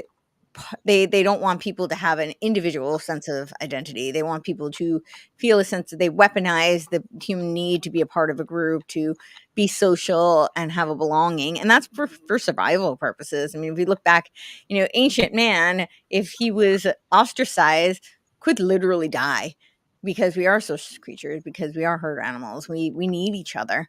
And so that's part of why, you know, our technology may have evolved, but our bodies really haven't changed much in several thousand years, right? So typically, if we are rejected or left out, then we feel almost like in danger. And it's because that's held over from that biological ramification of what would happen if you were, you know, to be left out of the group. So I think they weaponize that against people in order to create groups that are clashing against each other, because it's much harder to have individuals fight each other, because it's very hard, if you're not a dark triad personality, to look somebody else in the eye and not see the humanity in them. We right? can always find something to agree with, and to find a reason to. It's really a stupid person's method to go right to hate right off the bat, because it's not only is it self-defeating, but it's defeating for society, but it's also self-defeating. So And self-defeating. it's incredible. So you can find reasons to like. Yeah. It doesn't mean you have to put up with their nonsense. No, you don't need to enable. You don't need to agree with them. Yeah. But yeah, there's always, I think, but when you're in a group, this is how they can weaponize compassion, because then essentially you get like it becomes the compassionate mama bear who leads the group, and they're typically like the Gnostic demiurge who is then fighting against the other groups, because you think about like typically compassion is thought of as being attributed to women more so, not that men don't have it, but women tend to be much stronger in their compassion. And the reason for this is, again, biological. It's because they're protecting their offspring. However, so they're very compassionate to the needs of an offspring. And when you think of compassion, as I said, the first part of it is empathy. So they recognize the suffering in another. But the difference between empathy and compassion is they want to alleviate that suffering. And of course, you'd want to do that for your child, right? But what happens if someone else is presenting a threat to your offspring? You're not compassionate to them. You become a vicious mama bear. Mama bear is going to come out. The claws are coming out, and then you're gonna have a problem. Exactly. And so that's what they do. So you get these Gnostic demiurges that rise up as the leaders of these groups, and then they can fight against each other. They're protecting their group. But they have to strip people of their individual identity to do this. And I think that's what you see. That's why we have so many more borderline personality disorders. And then, of course, they do the splitting. So what do we have constantly? And this, I'm just seeing it everywhere. And I actually interviewed someone not too long ago who is in the Senate, and this was astounding. He said that there's an offshoot of the Masons. It's called Braver Angels. And they came to do a tutorial for Congress. And it was on using a psychological dialectical methodology as a means of psychological warfare. Braver Angels? I haven't heard that one. I hadn't heard them either. All right, so guys, I got to do this because I'm curious now. Yeah, Braver Angels. Wow. Okay, I'm learning all kinds of things this morning. This is amazing. Braver Angels. So this is a 501c3. You got a problem right there. And this is part of the Masons, huh? Yep, they're an offshoot of the Masons. Fed up with today's politics. Let's do something about it. Yeah, let's go ahead. We're going to put a flag on it. It's going to make it all right. Yep. This is just like when people put, we got grassroots in there. So they've got all the words. We know how all the words. This is what I mean. The people who identify on the right are being psyoped very hard. Very hard. Yeah. Yeah. And you gotta think through everything, because it's really, fighting over politics is tearing us apart. Oh no. Are you exhausted? Yeah. We're one of the greatest, the dumbest psyops that somebody came to me at is that, just remember, I always love you. Now you'll meet your real family. And I'm sitting there, who the hell are you? I've got a real family, Right. But they're doing it all. They're doing it all the time. The Braver Angels way. We're going to create a club now and get you to learn about build a new skill set, volunteer, take action. We're going to be braver. Come on, guys. We're going to be braver together. Yep. That's what we're going to do. Let's see who's behind this nonsense. Who's behind this? Braver Way, another Freemason, Freemason nonsense. Here we go. Let's see what else our Braver Angels are doing. Right. I want to see who's behind this. Member Volunteer Network.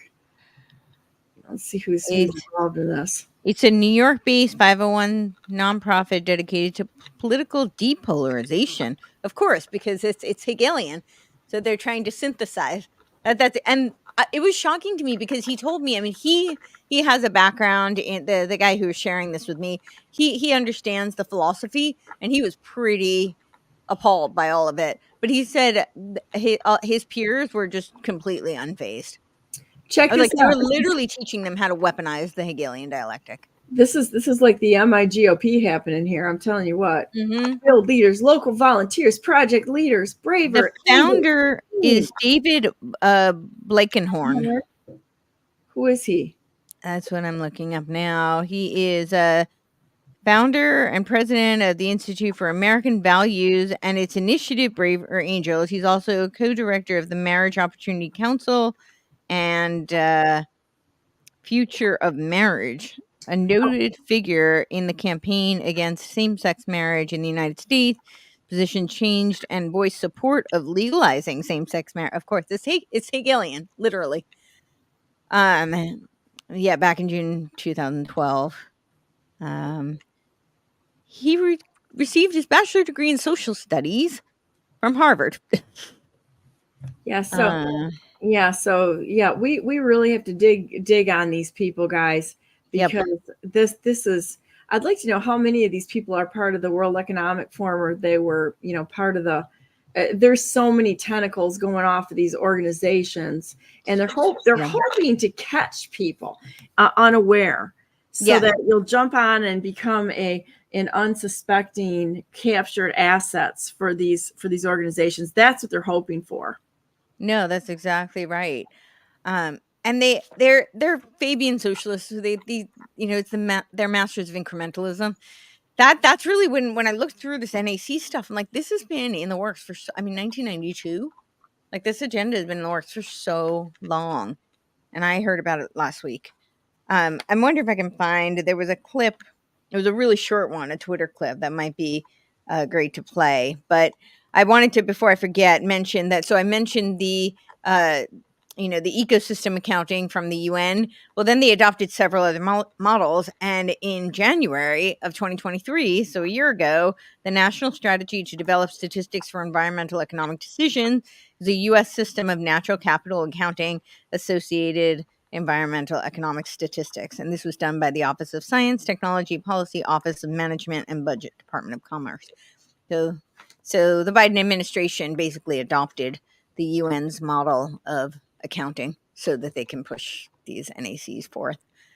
So wow. Yeah. Let me see if I can find this, because she goes through it really quickly, and I thought it was just great. It was ID.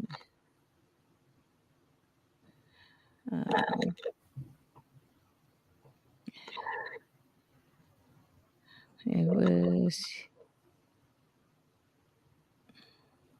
okay. I have it here. Let me see how I can put this. I wonder if I can put it in the chat for you or something. You could. Let's see. Let me think about it. If you text it to me, yeah, I can do that, and then I will. And then you have my it. email address. You have my. Don't say it out loud, but do you have my email address? I think I might. I just texted it to you, but let me see about email. Let's see.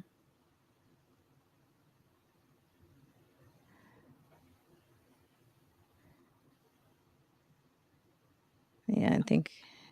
Yeah, somebody said, do you think that God will let their evil go so far? No, I don't. I think that God's on our side. So, I mean, this is what people have planned, but it's going to be kind of a rough smackdown for them. We're going to go through something together here, but I think they're going to have the ultimate smackdown, because God is not going to abandon us. Never has. No. He's not going to do it again, or he's never going to do it. He hasn't done it. He won't do it, and he's faithful. But I'm guessing that the end of their world is coming. So, you look at Revelations and the end of the world. I'm not so sure it's the end of our world. I'm pretty sure it's the end of their world. Their world. I'm not sure we're there yet. I really don't. I don't think I'm not. I'm trying to get my hair figured out here. It's been like crazy. I have one of these. I grow hair so fast. I gotta have it. Got it. I gotta get my hair cut. I'm waiting. My birthday is in 2 weeks, so I'm waiting till just before then to do it. But happy birthday! It's going to take some patience to wait. Yeah, it's bad when you have a bad hair month. Let's see where I'm going to see where you. I'm not seeing your. Yeah, I just texted it to you. All right, there we go. Hold on. I think I got it. I'm a little slow here, but okay. Let's see. I can make this work. Great. Okay, guys. Be a little patient. Talk amongst yourselves. I'll be right there. All right. All right.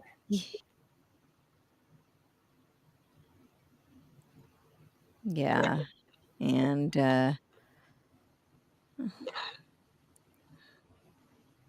All right, let me see what if I can. This is just going to take me a minute, guys. Talk amongst yourselves. yes. To go through several incarnations of internet communication before I get to the.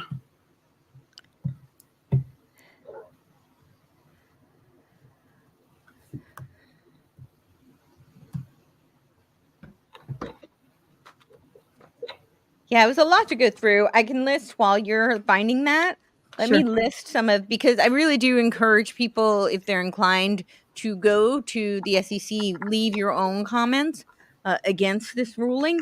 And if you want some recommendations, the American Stewards of Liberty did theirs, which I'm going to read just their 7 key points right now. And then Marlo Oaks, the Utah State Treasurer, also did a really great letter, just in case people are looking for kind of inspiration for what to say. These were the 7 points that they listed against why that, he says immediate congressional oversight of the SEC proposed rule is warranted. And these are the key points as to why. Proposed rule authorizes federal lands, including national parks, to be enrolled into NAC. That's the natural asset companies. Proposed rule gives management authority to the NACs. 3, the Biden administration is preparing to enroll the federal lands into NACs. Just 4 more. So the 4th one is proposed rule invites foreign interests to invest in NACs. This is what I was talking about. That to me is really, really scary. So essentially we are inviting our adversaries to now take ownership in American land and private land, no less. They've been doing that, like Zuckerbucks has been doing that for a while though too, but now it's on they're doing it through public-private partnership. Right. And that's a real, I understand this is a real problem. Anytime somebody says public-private partnership, they're talking about stealing the United States. Do you want me to play this? I do. I'm going to read the next 3 and then let's play that. Land trusts can enroll conservation easements without the landowner's permission. So again, this is private land that they can steal without your permission. Exclusive rights to natural processes will be monetized and assigned to NACs. That's horrifying to me. Protection of resources is prioritized over human flourishing.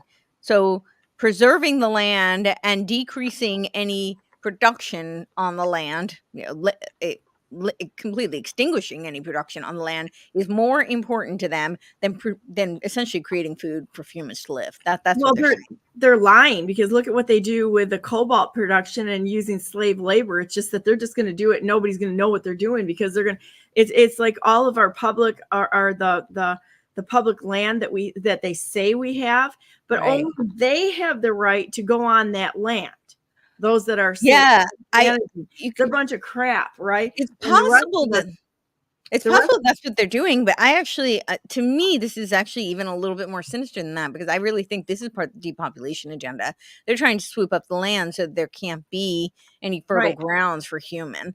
I see what you're saying about creating like slave labor camps, essentially, which they might do that as well.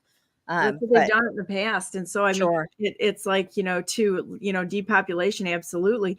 But, think about this. If we have no access to that property or land that they have, and you only get access to it if you're part of their crime syndicate, they do whatever they want, tell us whatever they want to do.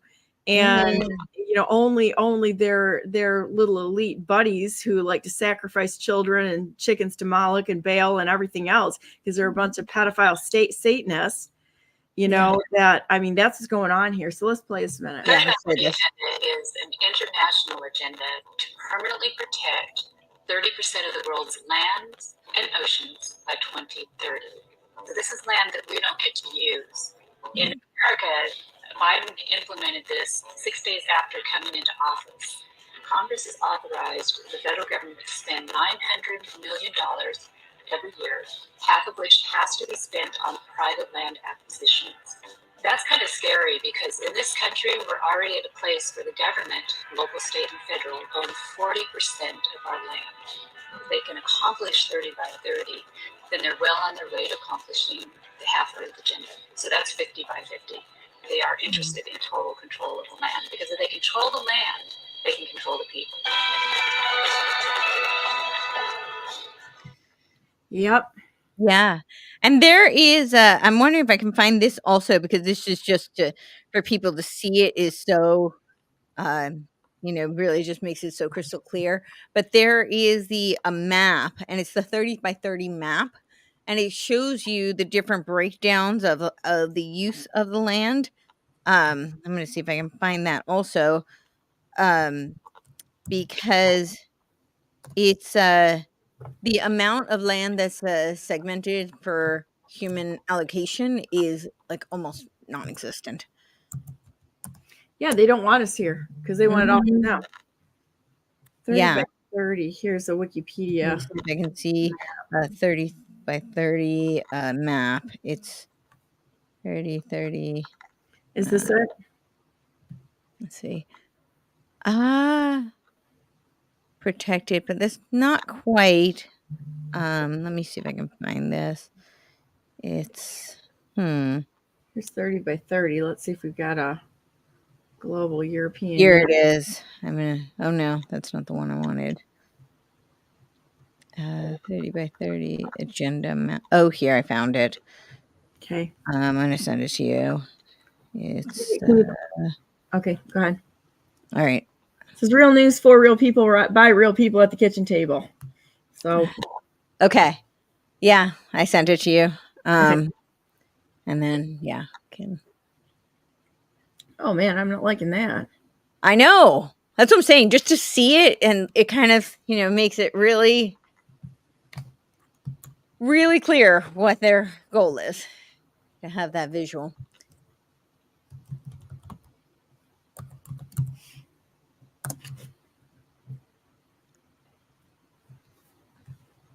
It's there's very little land. So the green they call normal use, and that's essentially like human habitation. Hold on. And I remember this map circulating in 2020, and a lot of people kept calling it like the Agenda 2030 map. And I think this is really what they were talking about.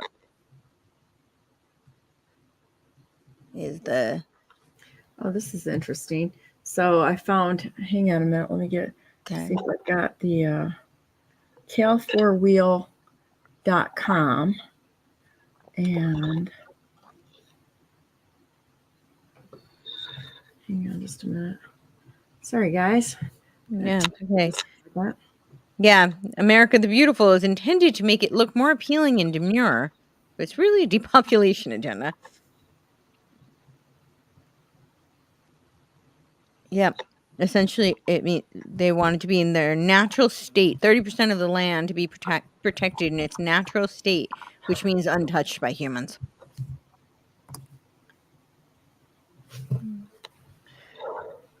Yeah, it's okay, here we go. There you go. Simulated reserve corridor system to protect biodiversity. That's their big buzzword. And biodiversity is all about the zero carbon initiatives. Core reserves and corridors, literal or no human use. Look at this. Look how much of that. I'm gonna wager something here. Look at all of the rivers, and so they got to protect their human trafficking routes. That's what they're doing. You can take things out of the United States by all these rivers, and so that they can pick and choose and farm humans, because that's what they're doing. Indian reservations. Oh, how can I say Indian reservations now? Now they can say Indian reservations, but they couldn't. None of the rest of us can say that. Right. Buffer zones, border agreement, military reservations. Of course, look at normal use. I mean, you can barely see any green. Yeah. That's just, normal human inhabitation. And that is almost non-existent on that Bye map. bye, Michigan. We're done in Michigan. They've got us all absolutely non-existent here. It's your property. Goodbye. Climate change policy. Yeah. So Constitutional statutory authority for the President, Department of Interior, Department of Agriculture, or any federal agency to set aside and preserve 30% of the land and water in the United States, and no such authority is referenced in EO 14008 or the 3030 report. Let's see. yeah, the executive order 14008 is where they lay the groundwork for the America the Beautiful and this 30 by 30 agenda. It's part of his 15-year green economy plan. Which is only green for them because it's just money for them. The only green is their money that's in their pockets. Yeah. They care less about the rest of us. Exactly. So I don't know. I obviously, like, a lot of this isn't new, but except that I just thought it was really pressing because there is a possibility of at least stopping it from being listed on the New York Stock Exchange. I understand that doesn't mean that they're going to stop moving forward, but I think it's a huge wrench in their plans if we can stop them from listing it publicly on the New York Stock Exchange. So, well, and the problem is that they've got the judges and everybody else so tied up in things. I actually had somebody years ago, I had him sign, I was showing him some new technology, a group of people, and they said, I will sign whatever you want. I can get out of anything legally. So it was like really kind of one of those things. And I was in my 20s, and I was that was like one of those things, like, why would you say that?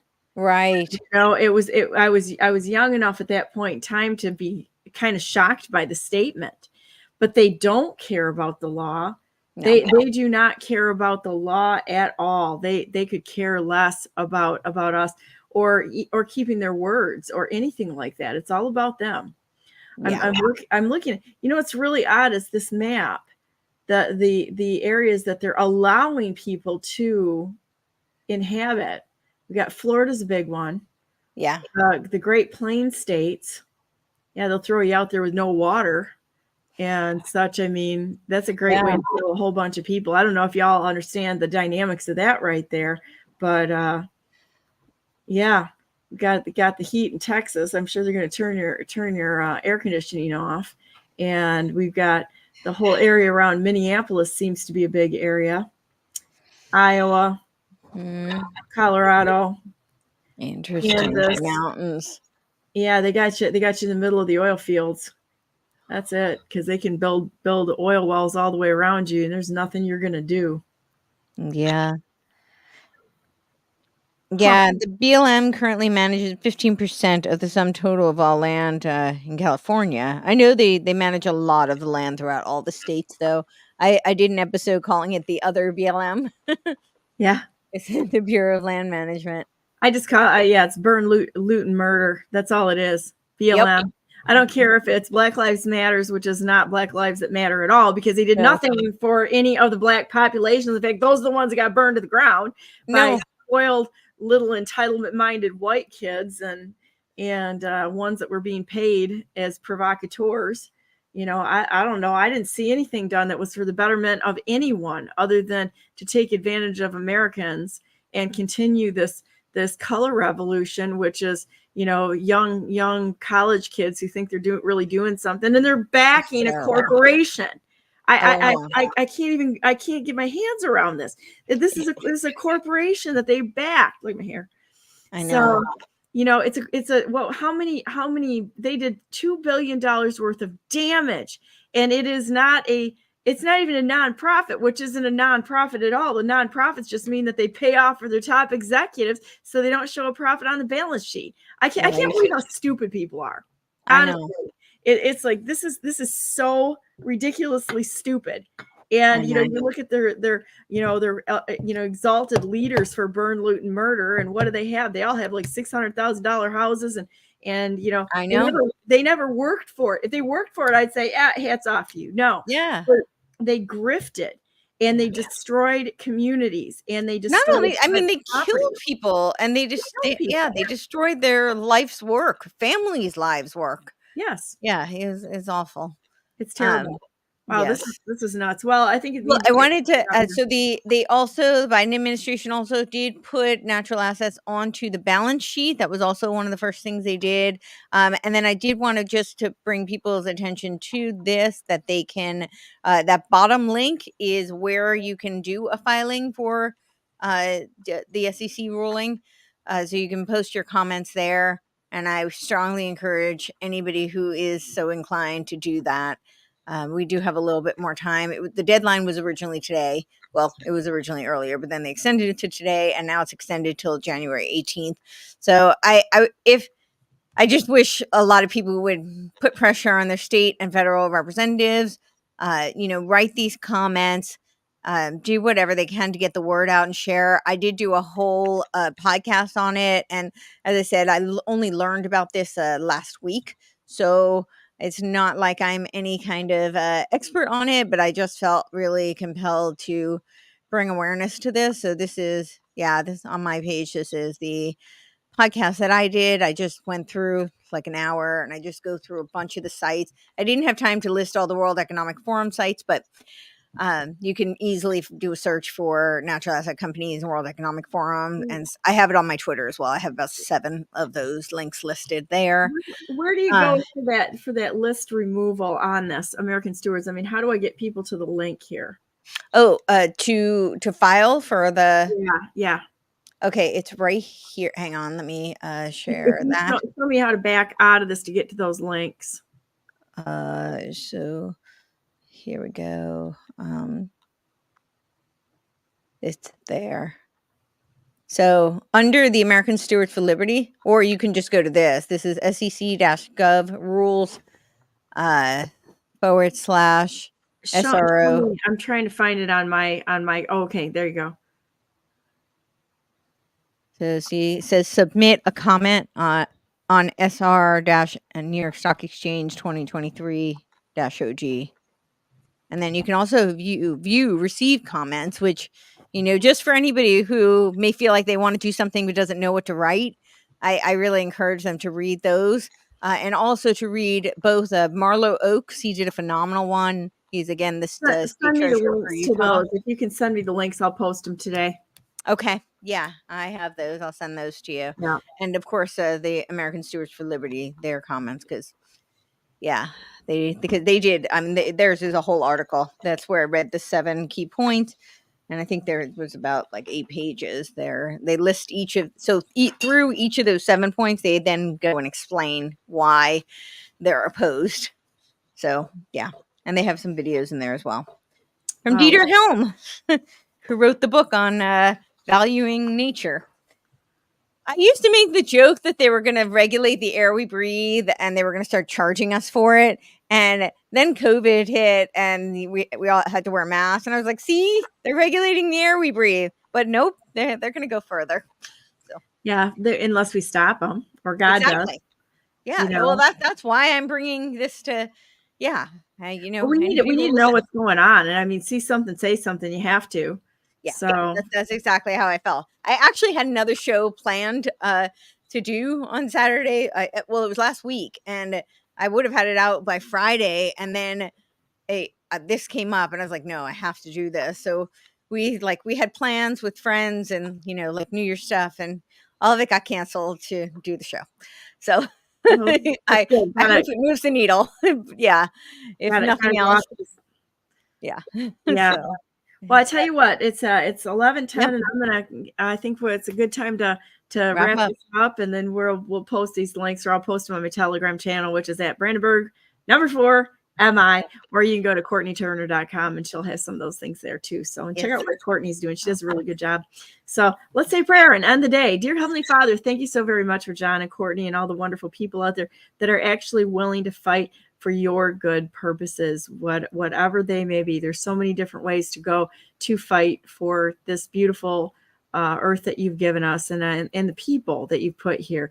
We want you to guide and direct us. We need to know how to get along. We've been divided for so long, and we want to let you know that we want to put each other first.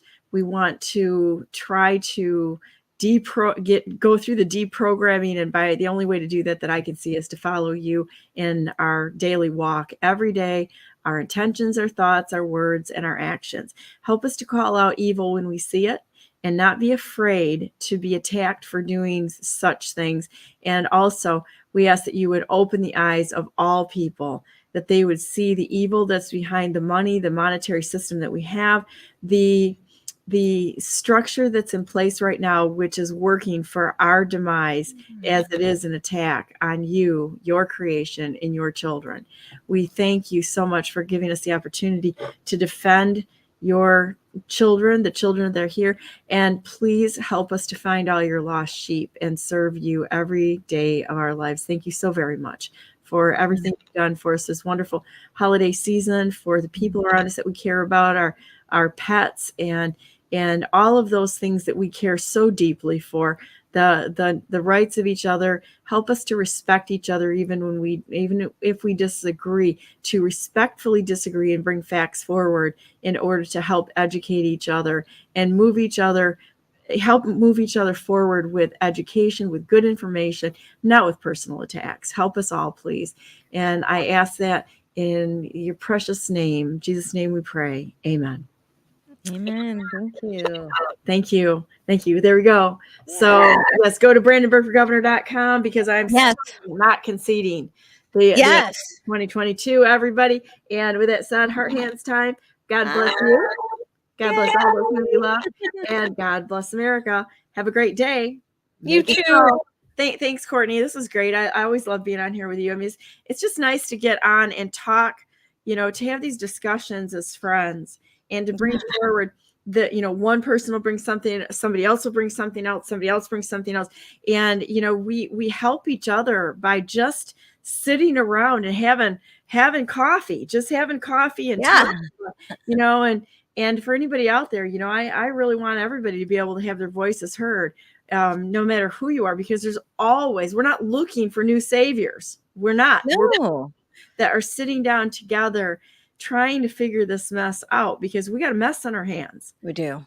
And it's going to take all of us laying down our weapons and figuring out how to work together and with accountability, with honesty, with truth, and in all things, and I just really appreciate all the work you've done over the years. You're absolutely brilliant, and I love talking with you.